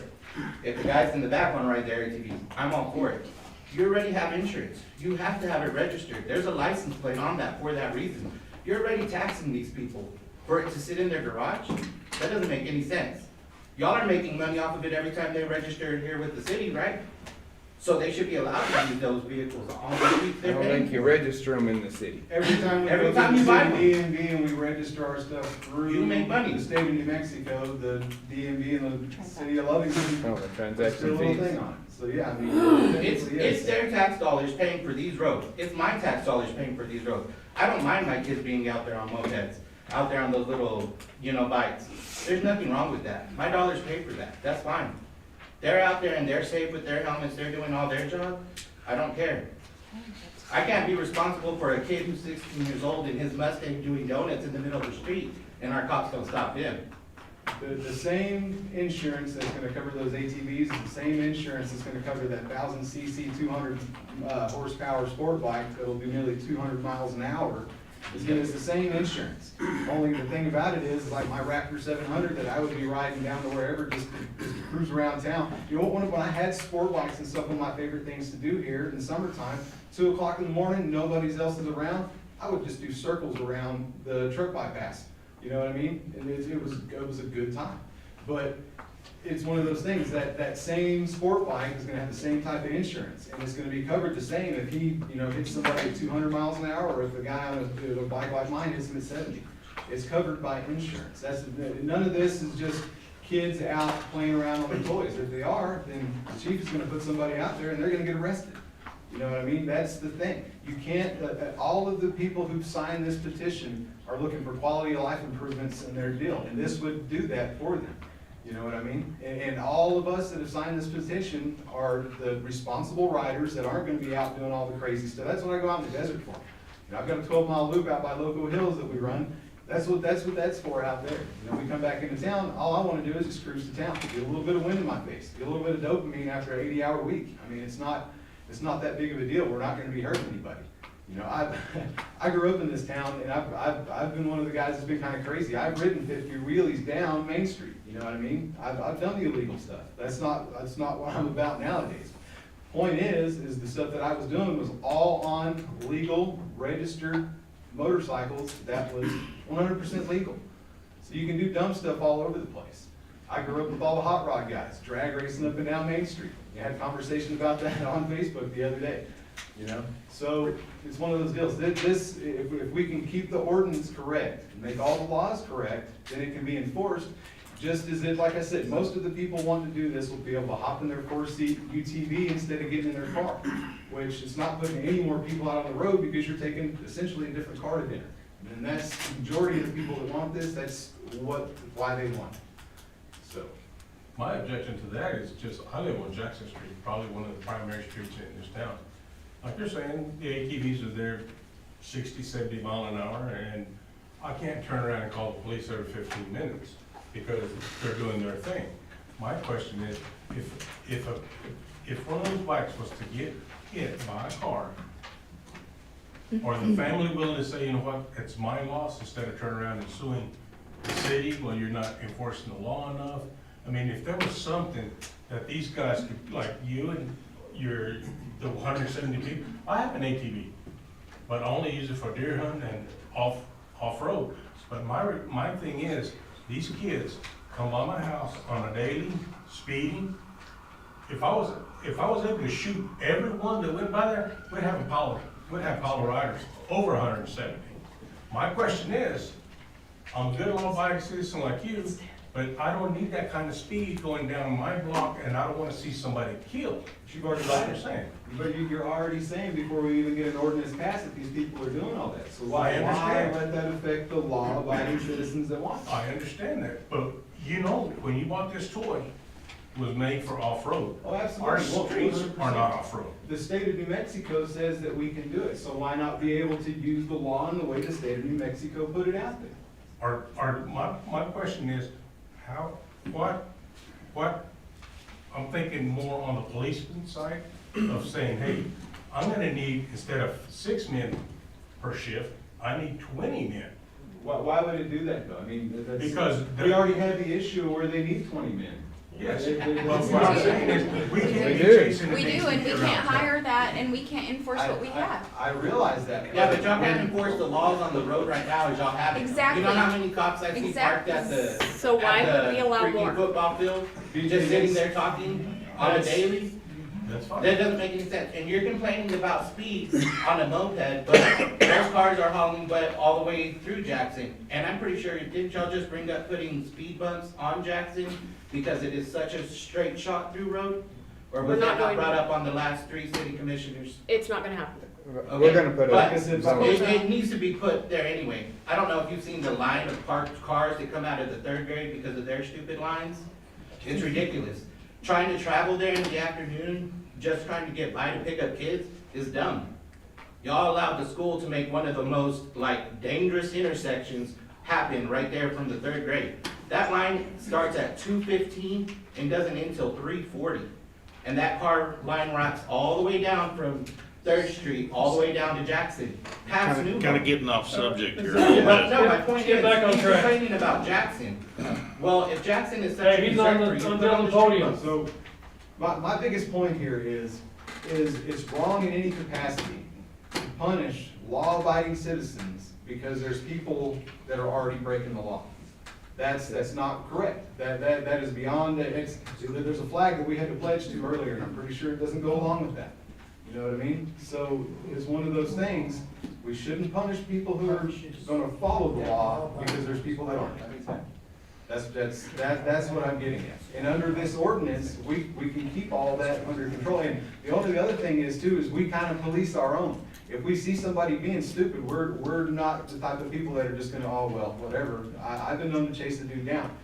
My dad got passed by a kid on the sport bike while he's going around the overpass. The guy got him in the same lane and passed him. My dad chased him nearly all the way to Tatum, pulled him over and told him, dude, you can't be doing that. So that's the other thing, is you're talking about the law enforcement and stuff, is we do see people that are riding ATVs and stuff like that acting a fool. We try to, educate. So, because like I said, we're in a constant battle of trying to find a place to ride and trying to be able to keep our places open. So we're pretty proactive about being responsible people and everything else. So, Also saving money on gas. and they do get pretty good gas mileage, you know what I mean? And there's a lot of safety stuff involved in the ordinance there too. It requires all the kids, pretty much follows the state law. It requires anybody under 18 to wear a helmet, just as if they do on a motorcycle, which is a really good thing, in my opinion. Anybody inside the UTV under the age of 18 requires them to wear a helmet. You know what I mean? The UTVs have roll cages, 4- and 5-point harnesses. They are pretty safe compared to, some of these cars and stuff out there today. But anyway, that's what I'm hoping to accomplish, is to be able to get it to where, we can get a little bit more quality of life, have a little bit more fun, and do it responsibly. So, like I said, with that ordinance, combined with the state law, and combined with, responsible riders, we can do that. And, anyway, didn't mean to start a big old argument, controversy thing here, but I'm always down. We knew it was gonna It's a happen. passionate It's okay. subject. It's a, right. So, Okay. All right. Thank you, Dan. appreciate y'all. Chief, did you want? Only thing I wanted to add is, I haven't ever seen an ATV in the city limits that had street rated tires on them. They're all off-road tires. If this went any further than tonight, I can always request Game and Fish officer to attend to give you a spiel how he's pulled dead kids out of ATVs, because they're not rated for highway rate. And if they could be perfectly doing everything legal, and somebody run a stop sign, and those kids ain't gonna survive. What's Or the the difference adults between would a have car? more. So they're not rated for highway use, so I would totally be against it. All right. Any further comments? All right. Moving on. All right, Miss Jordan. Sorry, I had to see where we were at. Kind of got. Thank you, Mr. Mayor, Commissioners. My name is Jordan Bernard. I am the Director of Business Development and Community Relations at Norlake Hospital District. With me tonight is Ali Vega, who is the manager of Lovington Wellness Center. And first off, I'd like to just open with the acknowledgement of the wonderful partnership that we have with the city of Lovington on the Lovington Wellness Center. As of today, we have over 1,500 members, active members, which makes up nearly 25% of the eligible population for Lovington who have a safe place to exercise. So we want to thank you all for that. There has been comment in the past, and we are here tonight to bring up kind of the fun summer events for youth and kids at the Wellness Center. I'm going to be passing these flyers out to you all as Ali goes over the details of those events, and then we'll stand for any questions that you may have. Good evening, Commissioners, Mayor. My name is Ali, I'm the manager of the Lovington Wellness Center. So I just wanted to go over public swim. In the past, it wasn't something that we really advertised as much as we currently are now, but public swim will start Monday, June 1st for all ages. Depending on their ages will depend on the price. So anybody 14 years or younger will be $5, anybody 15 years or older will be $7. We do have specific age requirements depending if they need a parent or guardian present, or if they're able to attend the facility by themselves. If they currently have a membership with us, we are not charging them to use the auditorium. We do have a couple of different summer skills, as you can see on that second flyer. Thankfully to our partners below, we've been able to do this, as well as partnering with Angie Snyder with the Lovington School-Based Clinic. She's a behavioral health counselor. So we have our community outdoor movie night that will be June 11th. We'll be showing the movie Elemental. That will be for all ages, and that's going to be at the Lovington Wellness Center soccer complex, or soccer field right next to the facility. Then June 18th, we'll have peace and recreational with fishing and water coloring. That will be June 18th from 8:30 a.m. to 11 a.m., ages 4 to 18. We have our career alternative day on June 25th. That will be from 10 a.m. to noon for ages 4 to 18, and it's actually going to be for all ages, and it's going to be open to the community. Just giving the local leaders an opportunity to speak to the children. And then July 2nd, we'll be having a water safety event. That will be for ages 4 to 13 with our certified water safety swim instructor. And then on July 9th, we'll have our fitness fanatics for ages 11 to 14 from 9 a.m. to 10:30 a.m. So we're trying to offer more things for the community to do. We'll also have a family fun event. That will be June 25th. That's not necessarily here on the poster, but it's going to be an event for parents and kids to kind of compete against each other. Any questions? Any questions, Commissioner? Thank you for doing We this. just want to say thank you for offering your facilities for our community to be able to use in the past, and I like the addition of the extracurriculars. So thank y'all very much. Thank you. All right.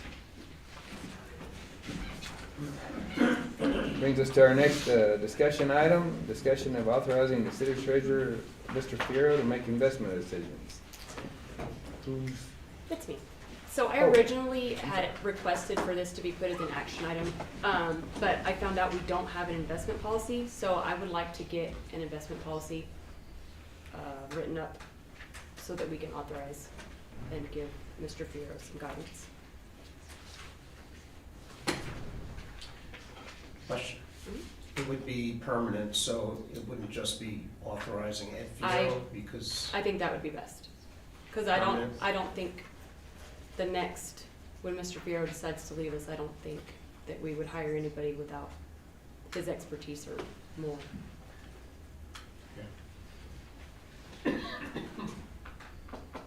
Would we like? Or less, sorry, Well, I'm saying. would we like to create an investment board or a financial board? Mr. Fier, your thoughts on that? I mean, do we want, there's various ways of doing this. Everything I've read, it suggested that you have a board. Right. I know Commissioner Rodriguez and I would be willing to. That way he And- doesn't have to go to the whole commission every time. Right, But he has exactly. guidance And on that's- how he can.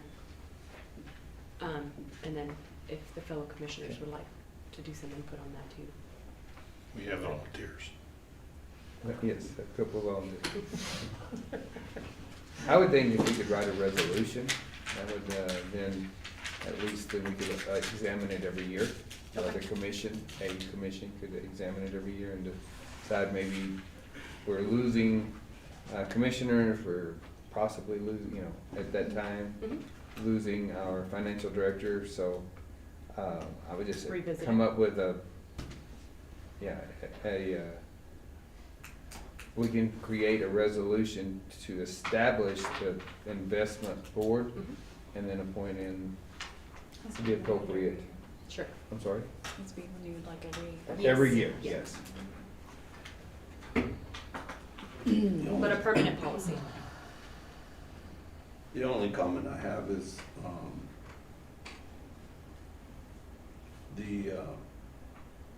it seems like it takes forever to get anything done. No. I mean. No. Everyone here Are would we probably talking the agree with that speed of statement. This has been going on since October. I want to invest some money in the state treasurer's office because that's where you can get the most interest. If you don't want to do it, fine, just leave it where it's at, just give me directions. I just want a policy. I have no problem with giving you that authority. The city needs a policy if we're gonna be investing money. Sure. So, once we can have that, I don't mind moving forward. I mean, it can be a simple policy, it doesn't have to be very complicated. No, it doesn't have to be. I want a policy. Check yeah, we'll look at other municipalities and get some examples for you. Okay. In your spare time. In your spare time, Busy with the budget this week.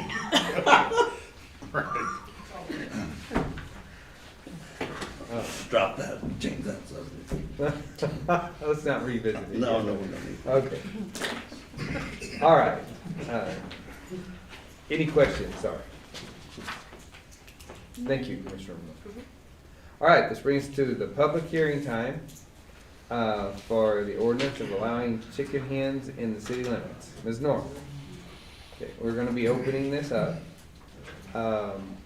During the public hearing, if you want to provide input, then we will bring you to the podium and kind of very similar to public comment, state your name, state what you have either for or against. Depending on how many we have, let's try to keep it to a minute. And then if there's anything further and we haven't unduly used a lot of time, then we're already in, I'm sorry? A minute? Yeah, I mean, just for or against, yes. Anyway, but you will have to be recognized at that point. So we are now going to open the public hearing. At this time, anyone that would like to make a statement as far in regards to either supporting or disagreeing with this ordinance that we are proposing.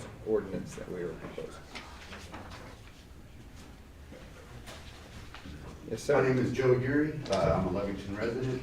I'm here in support of backyard chickens.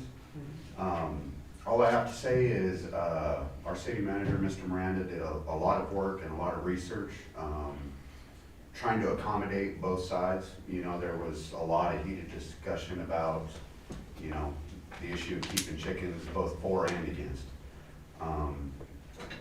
While what was proposed isn't the sun, the moon, the stars that everybody wants, I believe it is something fair, and I believe that for the health of the birds, some of the requirements are spot on. So all I want to say was thank you, Mr. Miranda, for all of your hard work, and I appreciate it. Thank you, sir.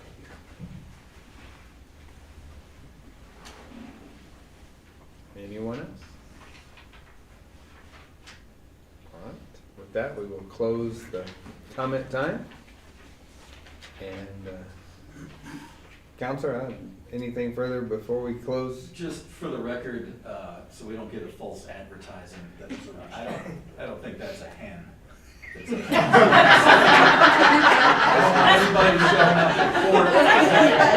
That's what my hen looks like. It's a rooster. Very good. I wasn't allowed as a hen. I didn't even pay attention to that. He looks like the one that was running around the fire department today. That's pretty good. So I think we're good.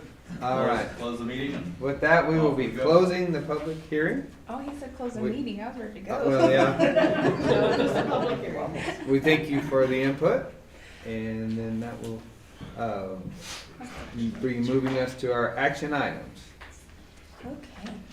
I'd like to make a motion for consideration of adoption of the ordinance to allow chicken hens in the city limits. Second. Okay, we have a motion and second for the, That's way. for the adoption of this ordinance. Who are we gonna save second is? It doesn't matter. Go ahead. Just, Give it to us, yeah, Commissioner it Rodriguez. doesn't. Just pick one. Mr. Mayor, Commissioners, I'd be happy to go through some of the major points of the proposed ordinance if you wanted me to. I think we're all pretty familiar with it. Nothing's really changed since Yeah. the first one that you gave us, right? Okay. Nothing, yeah, so the way it was publicized and everything, I mean, I think we're all in understanding of what we're allowing, and other than we just didn't pick the appropriate picture, but yeah. Anyway. All right. Any further discussion?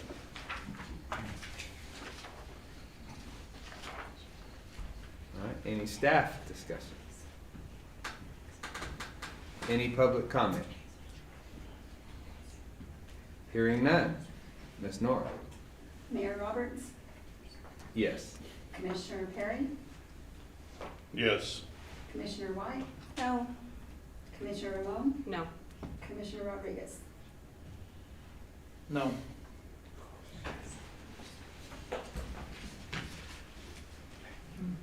Brings us to our second resolution, 2026-037.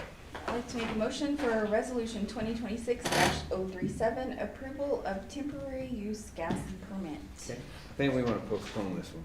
No, it's a live deal today. No, it's a live deal next Next one?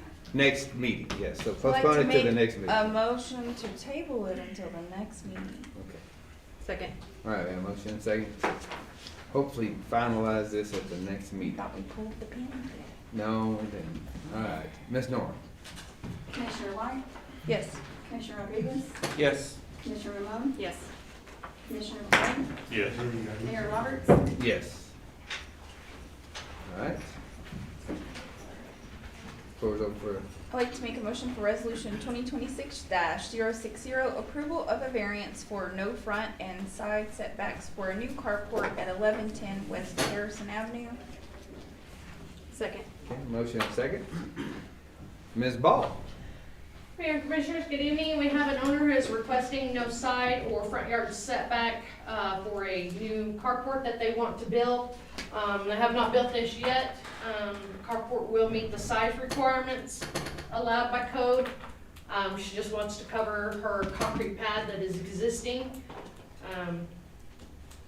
to keep her vehicles safe from the hail damage and the sun damage and all the other things that come along in our territory.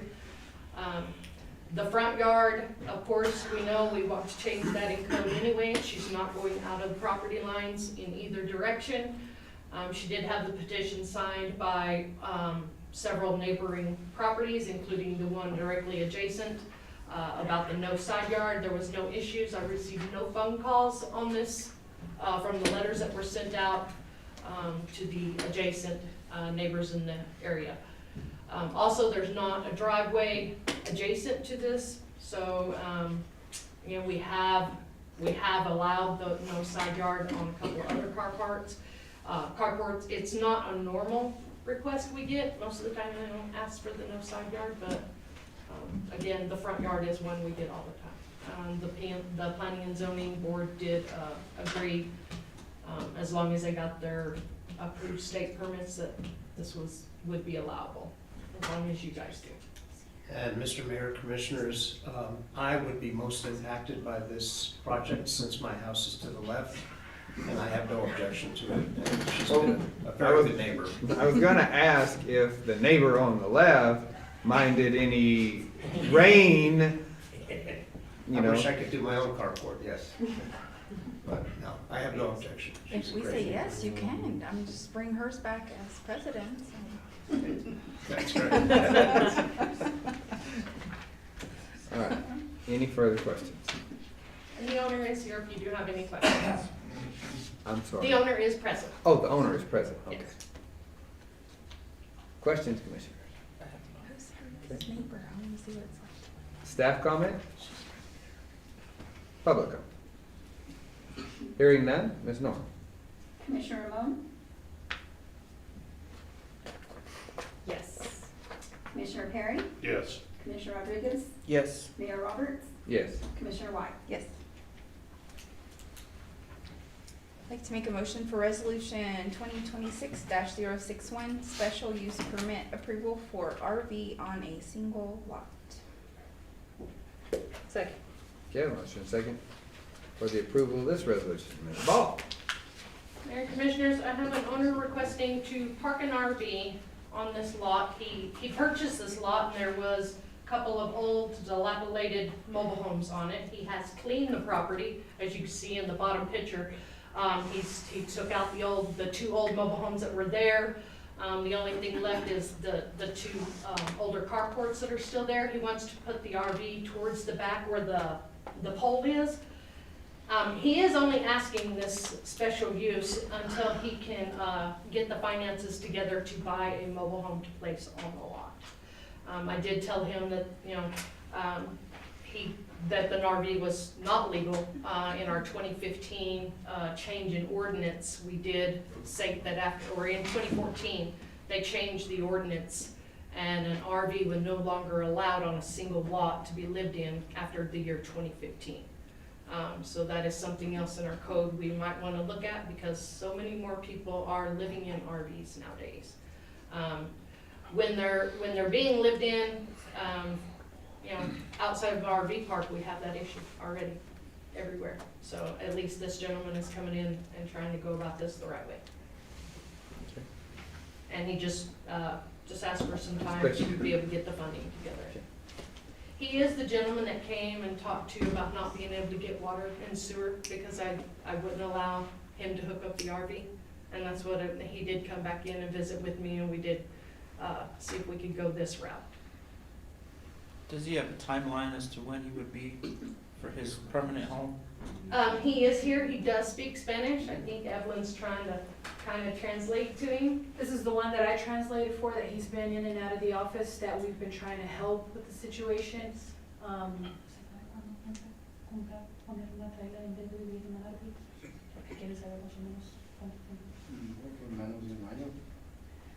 He said that he's hoping less than a year, but I mean, it's not a guarantee. He's gonna try to do it as soon as he can, but it's not a guarantee that he can do it within a year, but he is gonna try to save and raise enough money so he would be able to get himself on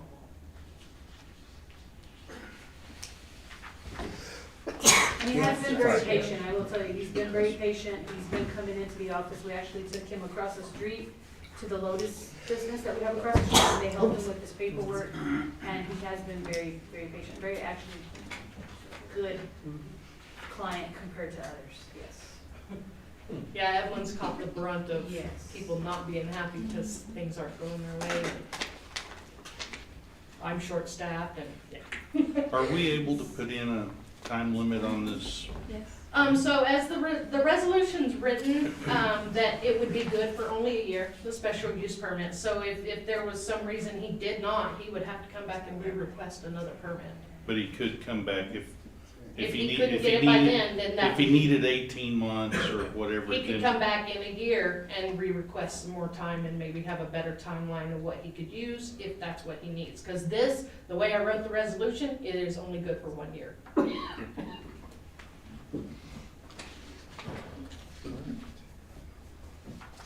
Any further questions?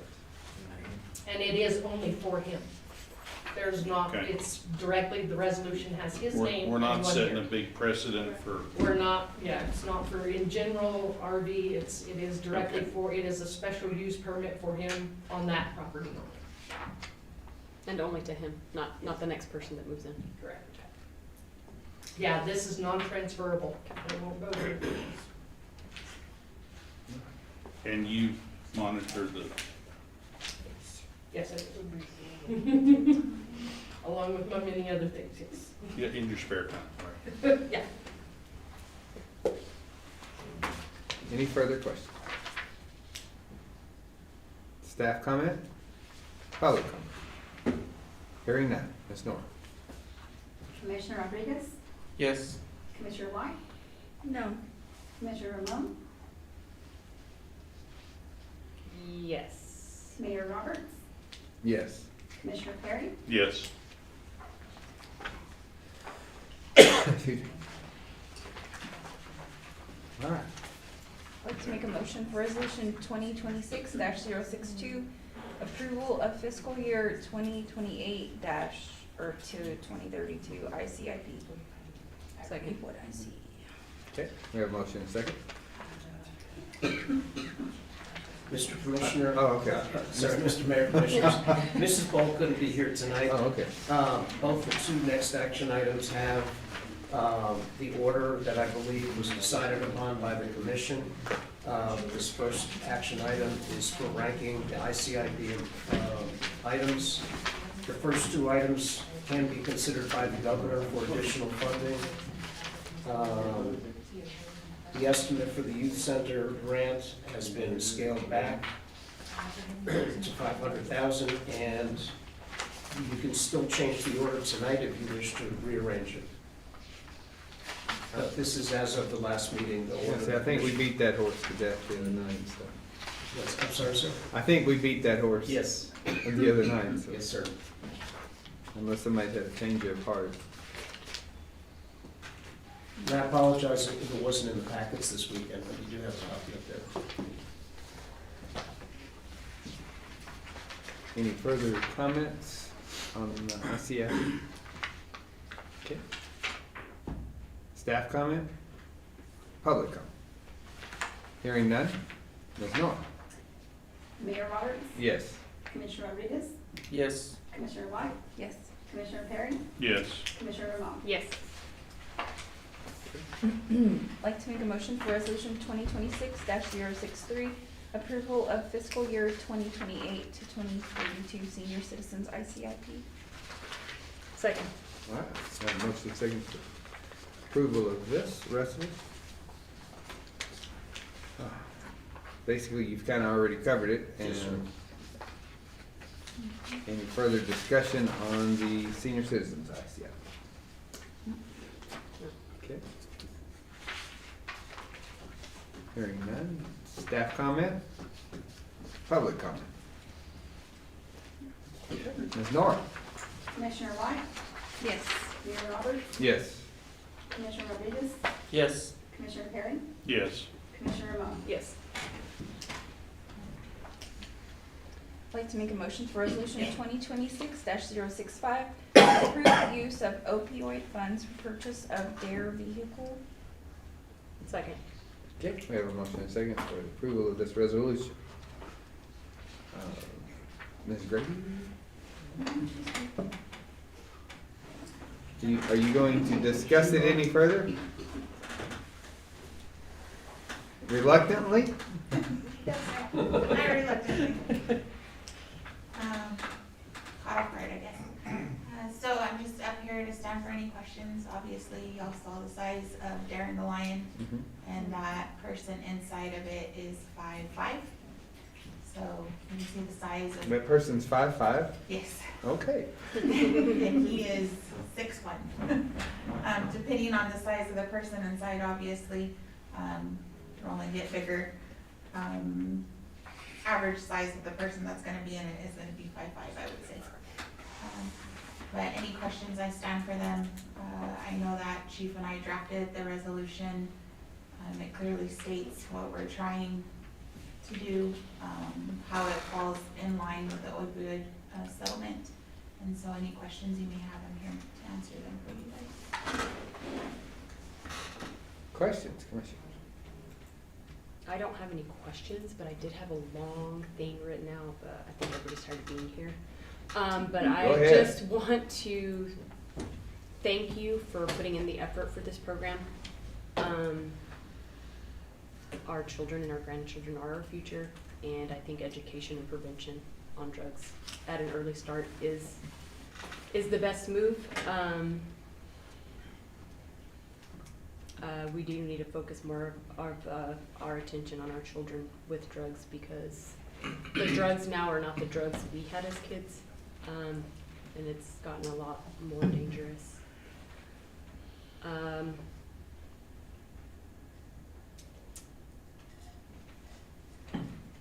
The funds, I guess just to make the public aware, are not necessarily city, they're not coming out of any particular city budget. These are settlement funds that we received from the state, that are supposed to be used towards treatment, recovery services, prevention programs, disposal programs, interventions, among many of the other things that you informed us of in your packet. And so I think if we can use these monies to help promote this program, whether it be a Jeep or other training materials that I know you're gonna need, I feel that it's in our best interest as commissioners to support this program. This is a program that's dear to me because I've lost a brother to drugs. He was an older person, but I feel like if he had this education, maybe it would have saved him. And I do know of a young man that passed away last year. Sorry, that maybe if he had some education, maybe he'd still be here too. So, if you ever need any kind of help or volunteer, I'm here. Thank you, Commissioner. Any further questions? The wording in the resolution comes straight from the federal contract on how to distribute the money. The state's contract through the AG's office is very vague. So Ed had some issues with the way the money is spent, but if you look at the federal guidelines, it clearly says prevention, education, early intervention. So the earlier we can get these kids, I got family members too. I got family members that went to prison, used drugs, and might as well lost them as well, because I have nothing to do with them anymore because of the choices they made. So I think every member of their family, if we can save somebody, then we're doing our part.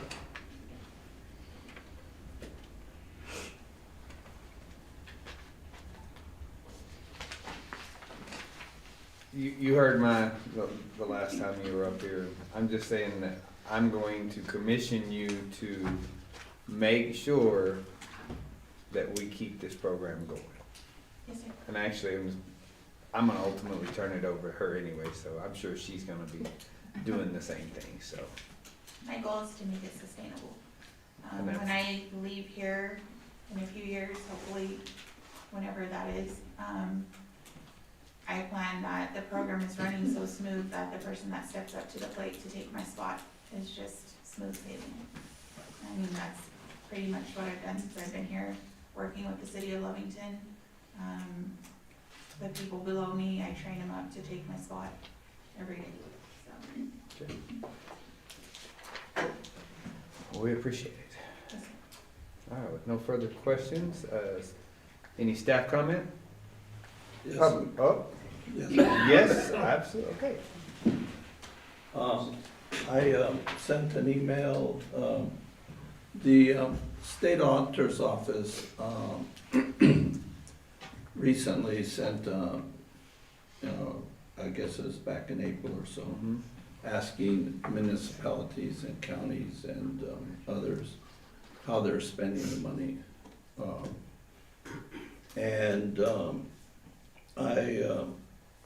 I reached out to the office of the state auditor, to the gentleman that's taking care of that particular questionnaire and stuff. And he gave me a couple of links, and I sent the link to the to the city manager, explaining the way they look at it. In my opinion, I don't think that the vehicle would qualify under the program. So I want to say that for the minutes, so that it's reflected in the minutes. And I just want to caution the commission that if you go with it, you go forward, and you get questioned on it, and you're asked to basically pay the money back. Pay the money back to the fund. It's gonna come back, it's gonna come out of the general fund. And that money could have been used for police vehicles or something They can else, so. always be using the school resource officer. Right, or, or maybe it should be, they give in there, they give examples of programs. I mean, drug usage is, illegal drug usage is a problem in society, and I'm just trying to keep the city to follow the rules, what that money was intended to do. It's how to be spent, so. However, the board decides to move forward, that's your decision. Okay, along that line, please let me ask a question. All right, you've gotten, what was the verdict of the state treasurer? In other words, out of all that, I got your interpretation, but what was the overall, or have you not received that clarification back? He's not gonna make that decision. They're basically gonna leave it up to the auditors to make that determination. They're not in the business, they're just saying, here's the rules, here's what's written, and then you guys figure it out. They're not gonna come out and say it themselves. So if we have a finding, we'll bring the federal definition in. And I also reached out to the AG's office and they said, we're not gonna give you any guidelines on how to spend the money. Has the city attorney looked at it and? Yes. Okay. Yeah, so, I think you're correct that the AG, and other state agencies will look at it and say, well, we're gonna come up with some rules. And when you ask them a question and say, I wanna buy X, Y, or Z, does that comply with the rule? And they say, well, we can't tell you. So, you're kind of stuck. I think that it's a defensible purchase under the rules because they are kind of vague, the state is. I think the other thing that's important is the better we keep records, the better we can show that it was used for this and this only, so that if somebody drives it to, coffee every Friday or whatever other programs you have, that's gonna make it more of a problem in issue for us. I think there's no absolute answer I can give you that say that that definitely complies with the state, their regulations on it, because they are pretty vague. I think it's a defensible position. I don't think there's any penalties that would be added on top of that if we had to pay that back.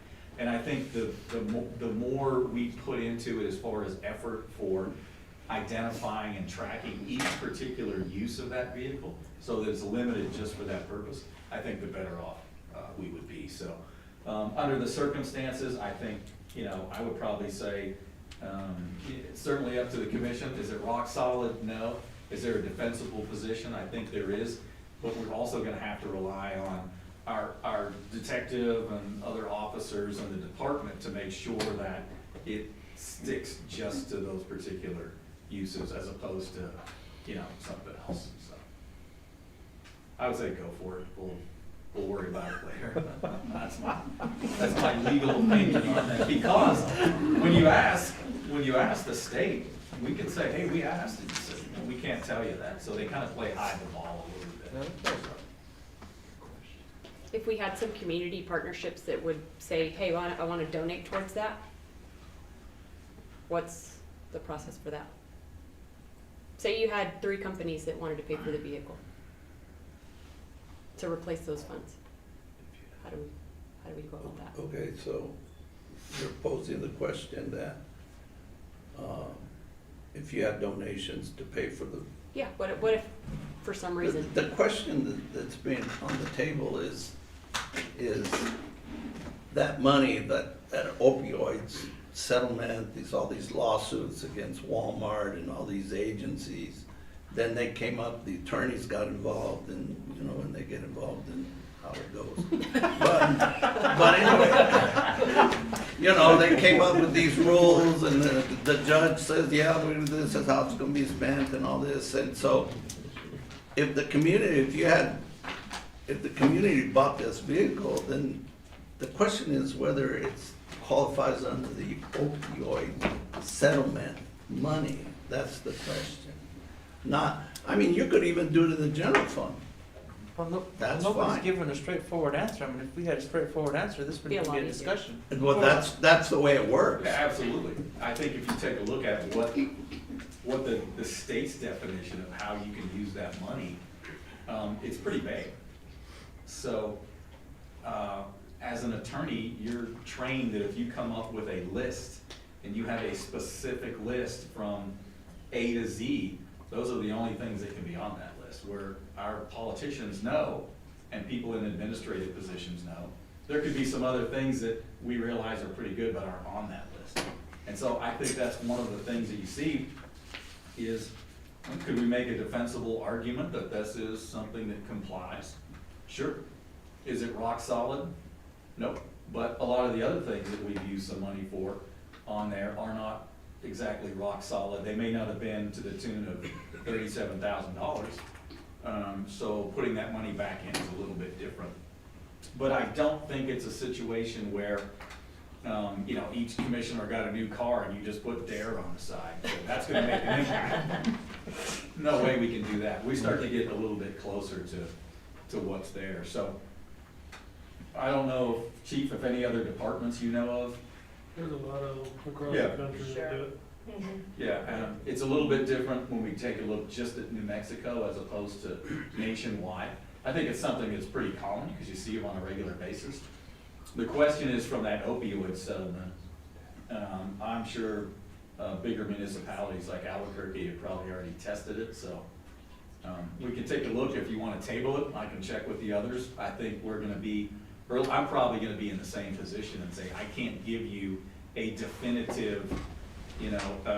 The budget is due on this date. We all know what that date is. There's really not a lot of gray area. In this, there really isn't a specific definition about it, I think, so. We know for a fact that the DARE program is a program. AG's definition is programs, etc. It stops there. And the wording in the resolution is word for word of the federal side, which is gives it a lot more. I don't think the issue is whether the DARE program qualifies. Right. So if somebody wanted to get some additional training and it costs $2,500 to be able to enhance the DARE program that we have, I think that would be a no-brainer. It's the fact that it's actually a vehicle that can be used for other purposes that would lead one down the path to say, well, they just wanted a Jeep to be able to ride around during the cook-off or something like that. So we're gonna have to be very careful if you decide to do it on how we actually, show that that vehicle is being used. And if we've got some responses from different organizations in the county that say, hey, that made an impact. The kids at 2nd grade, 3rd grade, 7th grade, whatever, are talking about it. All of those things are also things that support our position that, hey, this was effective. The goal is to get that message out to kiddos before they decide to, do what they're gonna do or not do what they're gonna do. So we could table it. I don't know if I can get you a better answer between now and the next time that we have it, but that's about as good of an answer as I can give you with the rules as they're written, and with the agency's policy about how those opioid funds are to be used, so. Okay, Holmes, a question, I'm sorry. If we, right now, if we literally just take the vehicle out of the equation, when are you gonna start the program? And in your opinion, and I'm just asking that, how important is the vehicle to this program? So the plan is to go forward with the schools beginning the 2nd week of August. School does start in July this year. So we're gonna try to wait until after fair to hit the schools, because a lot of the kids show animals, have projects going on at fair, so we want it to be most effective. So when the schools are already in session, normal days, Monday through Thursday this year. So we plan on going forward the 2nd week of August. The reason why this vehicle is so important is because it's a mobile platform. It's a mobile platform for the DARE program. I could get in this vehicle with Chief and we could go to a school, we could park at Albertsons, it's gonna be an attraction. As they come to us, we can put the information that we're hoping to put out to kids, to their parents, to their grandparents, just the community in general. Like Ms. Commissioner Ramon said, we wanna have that community partnership with different businesses in town. So if they said, hey, we're gonna host, the chamber was here, we're gonna host Coffee with Cops at Legendary, the vehicle's gonna be there. If it's during the summertime, we're gonna get kids. We get kids at Coffee with Cops in the summer. For the past 3 years, I've done the school supplies drive. With that is also Cookies with Cops. And so we bring in the families to come pick up a packet of school supplies for their little ones. They eat a hot dog, we do cookies. We have Darren the Lion there, we have the vehicle there. We have the pamphlets to put out the information that we need. We have everything in that vehicle ready to go. Lights and sirens, if we decide sirens, but lights definitely, because it's gonna bring the people in to be used as a mobile platform for the DARE program. And not only that, for the opioid settlement money to be spent in a way that's gonna bring the community to the vehicle. Then we're gonna be able to use that same vehicle to take it out to the community. Whether it's the youth center, the high school, the DARE convention that's being held every year starting this year. The DARE, as I mentioned before, car show, where everybody from the state of New Mexico brings in their DARE vehicle and then they're voted on. That money that goes into that pot of the ticket that they buy goes back to that community. So ultimately, if our vehicle is the best one there and it gets 20,000 votes, those $20,000 are coming right back into Lovington. And so that's gonna go right back into our DARE program and into our children. So ultimately, I feel like it being a mobile platform for education for the youth, which is clearly stated in the exhibit, I believe exhibit G or E, it says in there, that's what it can be used for. I understand what Ed is saying, and I know that if it comes down to an audit question, it's gonna come right back down to me. It rolls downhill. I'm gonna be ready for that, because as I've been given this settlement program stuff from Miranda, Mr. Miranda. I have all the things that we've spent money on. I have receipts, I have the resolutions, I have the different nonprofits that we give to. So I have all that information in this binder and in my office. I'm ready for those questions. The reason that, that questionnaire came out, I filled it out for the department. Chief gave it to me, I filled it out. I contacted the person back, and I don't have my phone right here in front of me, but I asked him, like, why are we doing this 3 years later? Why now? His response was, nobody is spending their money. We don't know why they're not spending it. Well, they're not spending it because you guys didn't tell us how to spend it. I did months of research, months of reading the settlement, just filling in the gray areas, reaching out to people that I know in other states to see how they were spending the money. And because New Mexico was so vague, everybody's scared to spend it because nobody wants to have to pay back into it. If they're wrong, if they're caught in the wrong. I don't believe we're gonna be caught in the wrong because we can easily refer back to other states and the different news articles of how they spent it. There's was it North Carolina, Chief? That actually paid for 2 DARE officers. So that's all they do is DARE. They don't work the streets, they don't go to scenes. They are DARE officers, paid for their outfits, their training, their cars, and that's what, it was like $160,000 that they spent just for those 2 officers.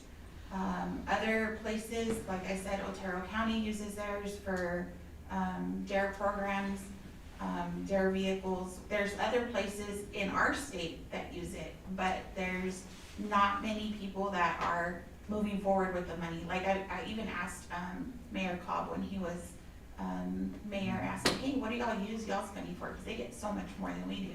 No, it just sits. We haven't decided what we're gonna do with it. That was 1.5 years ago when I met with him.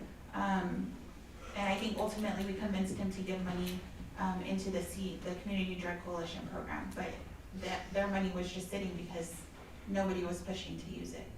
So it's just a matter of, are we gonna continue to just let it sit, or are we gonna put it into something that's gonna be worthwhile for our kids? Like other people complained about earlier today, we don't have things for our kids. We don't have a way to reach them or to meet them halfway, and I feel like this would be one of those ways to meet them halfway. And the Jeep, as we've seen how large Darren is, that's why we picked a Jeep, so we could go with the top off. He'd be in the parade. I mean, he's way above a regular car. In a car, you'd be leaning over, so that wouldn't be feasible. And he'd have a complete wrap around. I mean, basically the show Pimp My Ride, that's basically the whole idea, is to make the kids say, hey, there's their Jeep, and run over there. Run over there safely. Not in the middle school.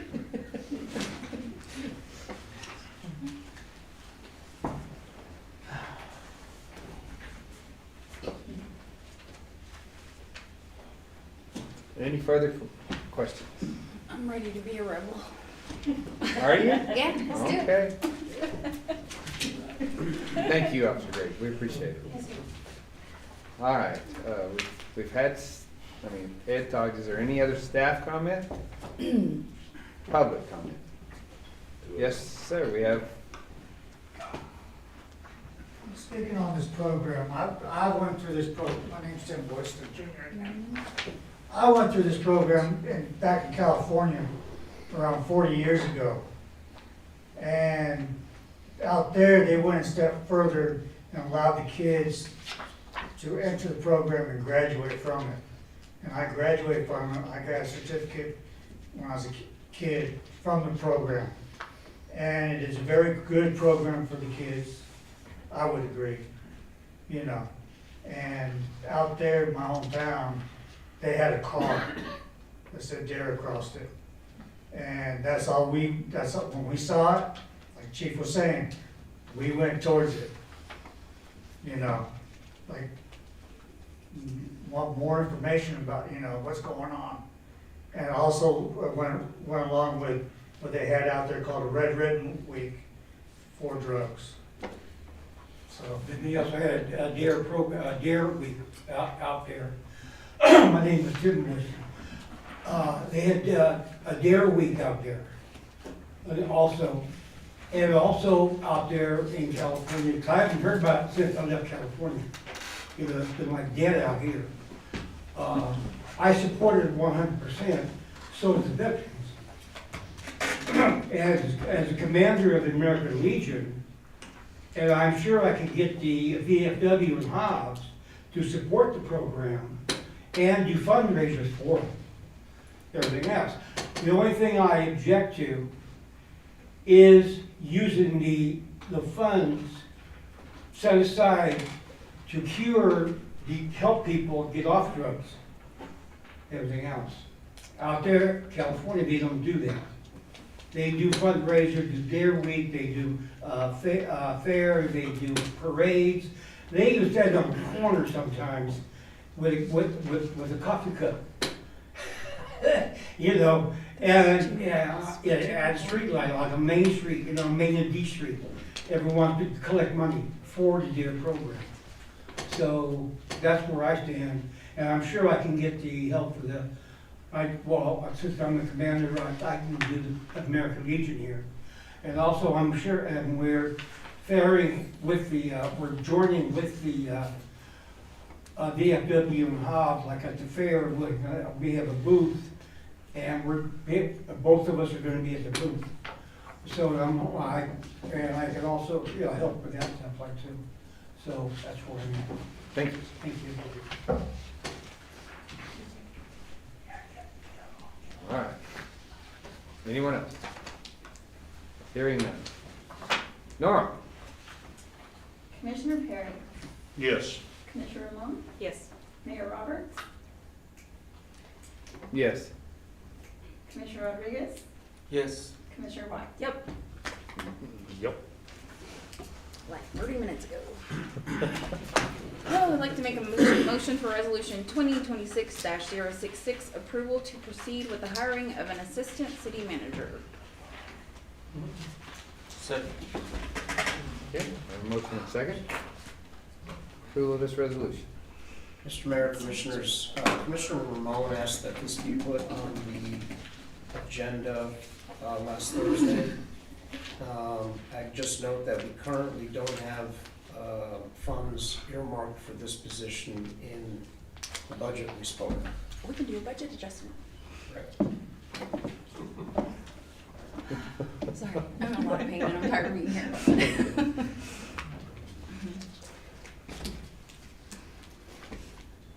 Any further discussion? Okay. Staff comment? So, point of clarification, when are you trying to do this for the next fiscal year 27? Based on the process, probably, yes. Yeah. Okay, and so you're locked out of the budget until September, so then that's when the hiring process would proceed. It'll take us 3 months to hire someone. No, just clarify. And Well- I think, sorry, go ahead, sir. Yeah, I didn't mean this. We do have budgeting for an HR generalist, do we not? Yes. So I would think it would be a perfect fit to have those duties fall under the assistant manager. So to me, the budgeting thing doesn't seem to be a problem. No, I'm just getting point of clarification, No, I understand. how you're moving. Sure. You know. I'd also note that this position is elected by or chosen by the city commission.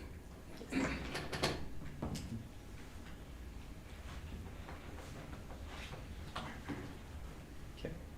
Any further staff comment? Public comment? Has anybody been? Oh, I'm sorry. Hang on. No, that's fine, that's fine. I'm sorry, I didn't see anybody. No, that's fine, go ahead. Mr. Rangers. Has anybody been nominated? No. It's gonna be a full hiring process. Yeah, there'll be a full hiring process to it. So it'll be publicized now. I'm sorry. Job description. I've only got one so far. Someone did their homework, so that's where we need to start. Okay.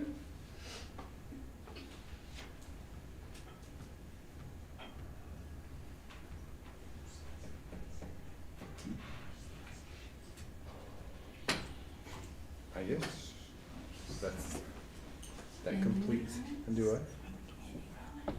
Yeah, really, exactly. All right, Ms. Norm. Commissioner Rodriguez, Yes. Commissioner White, Yes. Mayor Roberts, Yes. Commissioner Ramon, Yes. Commissioner Perry. Yes. Make a motion to approve accounts payable. Second. We have a motion and a second to pay the bills. Any comments? Any staff comments? Public comment?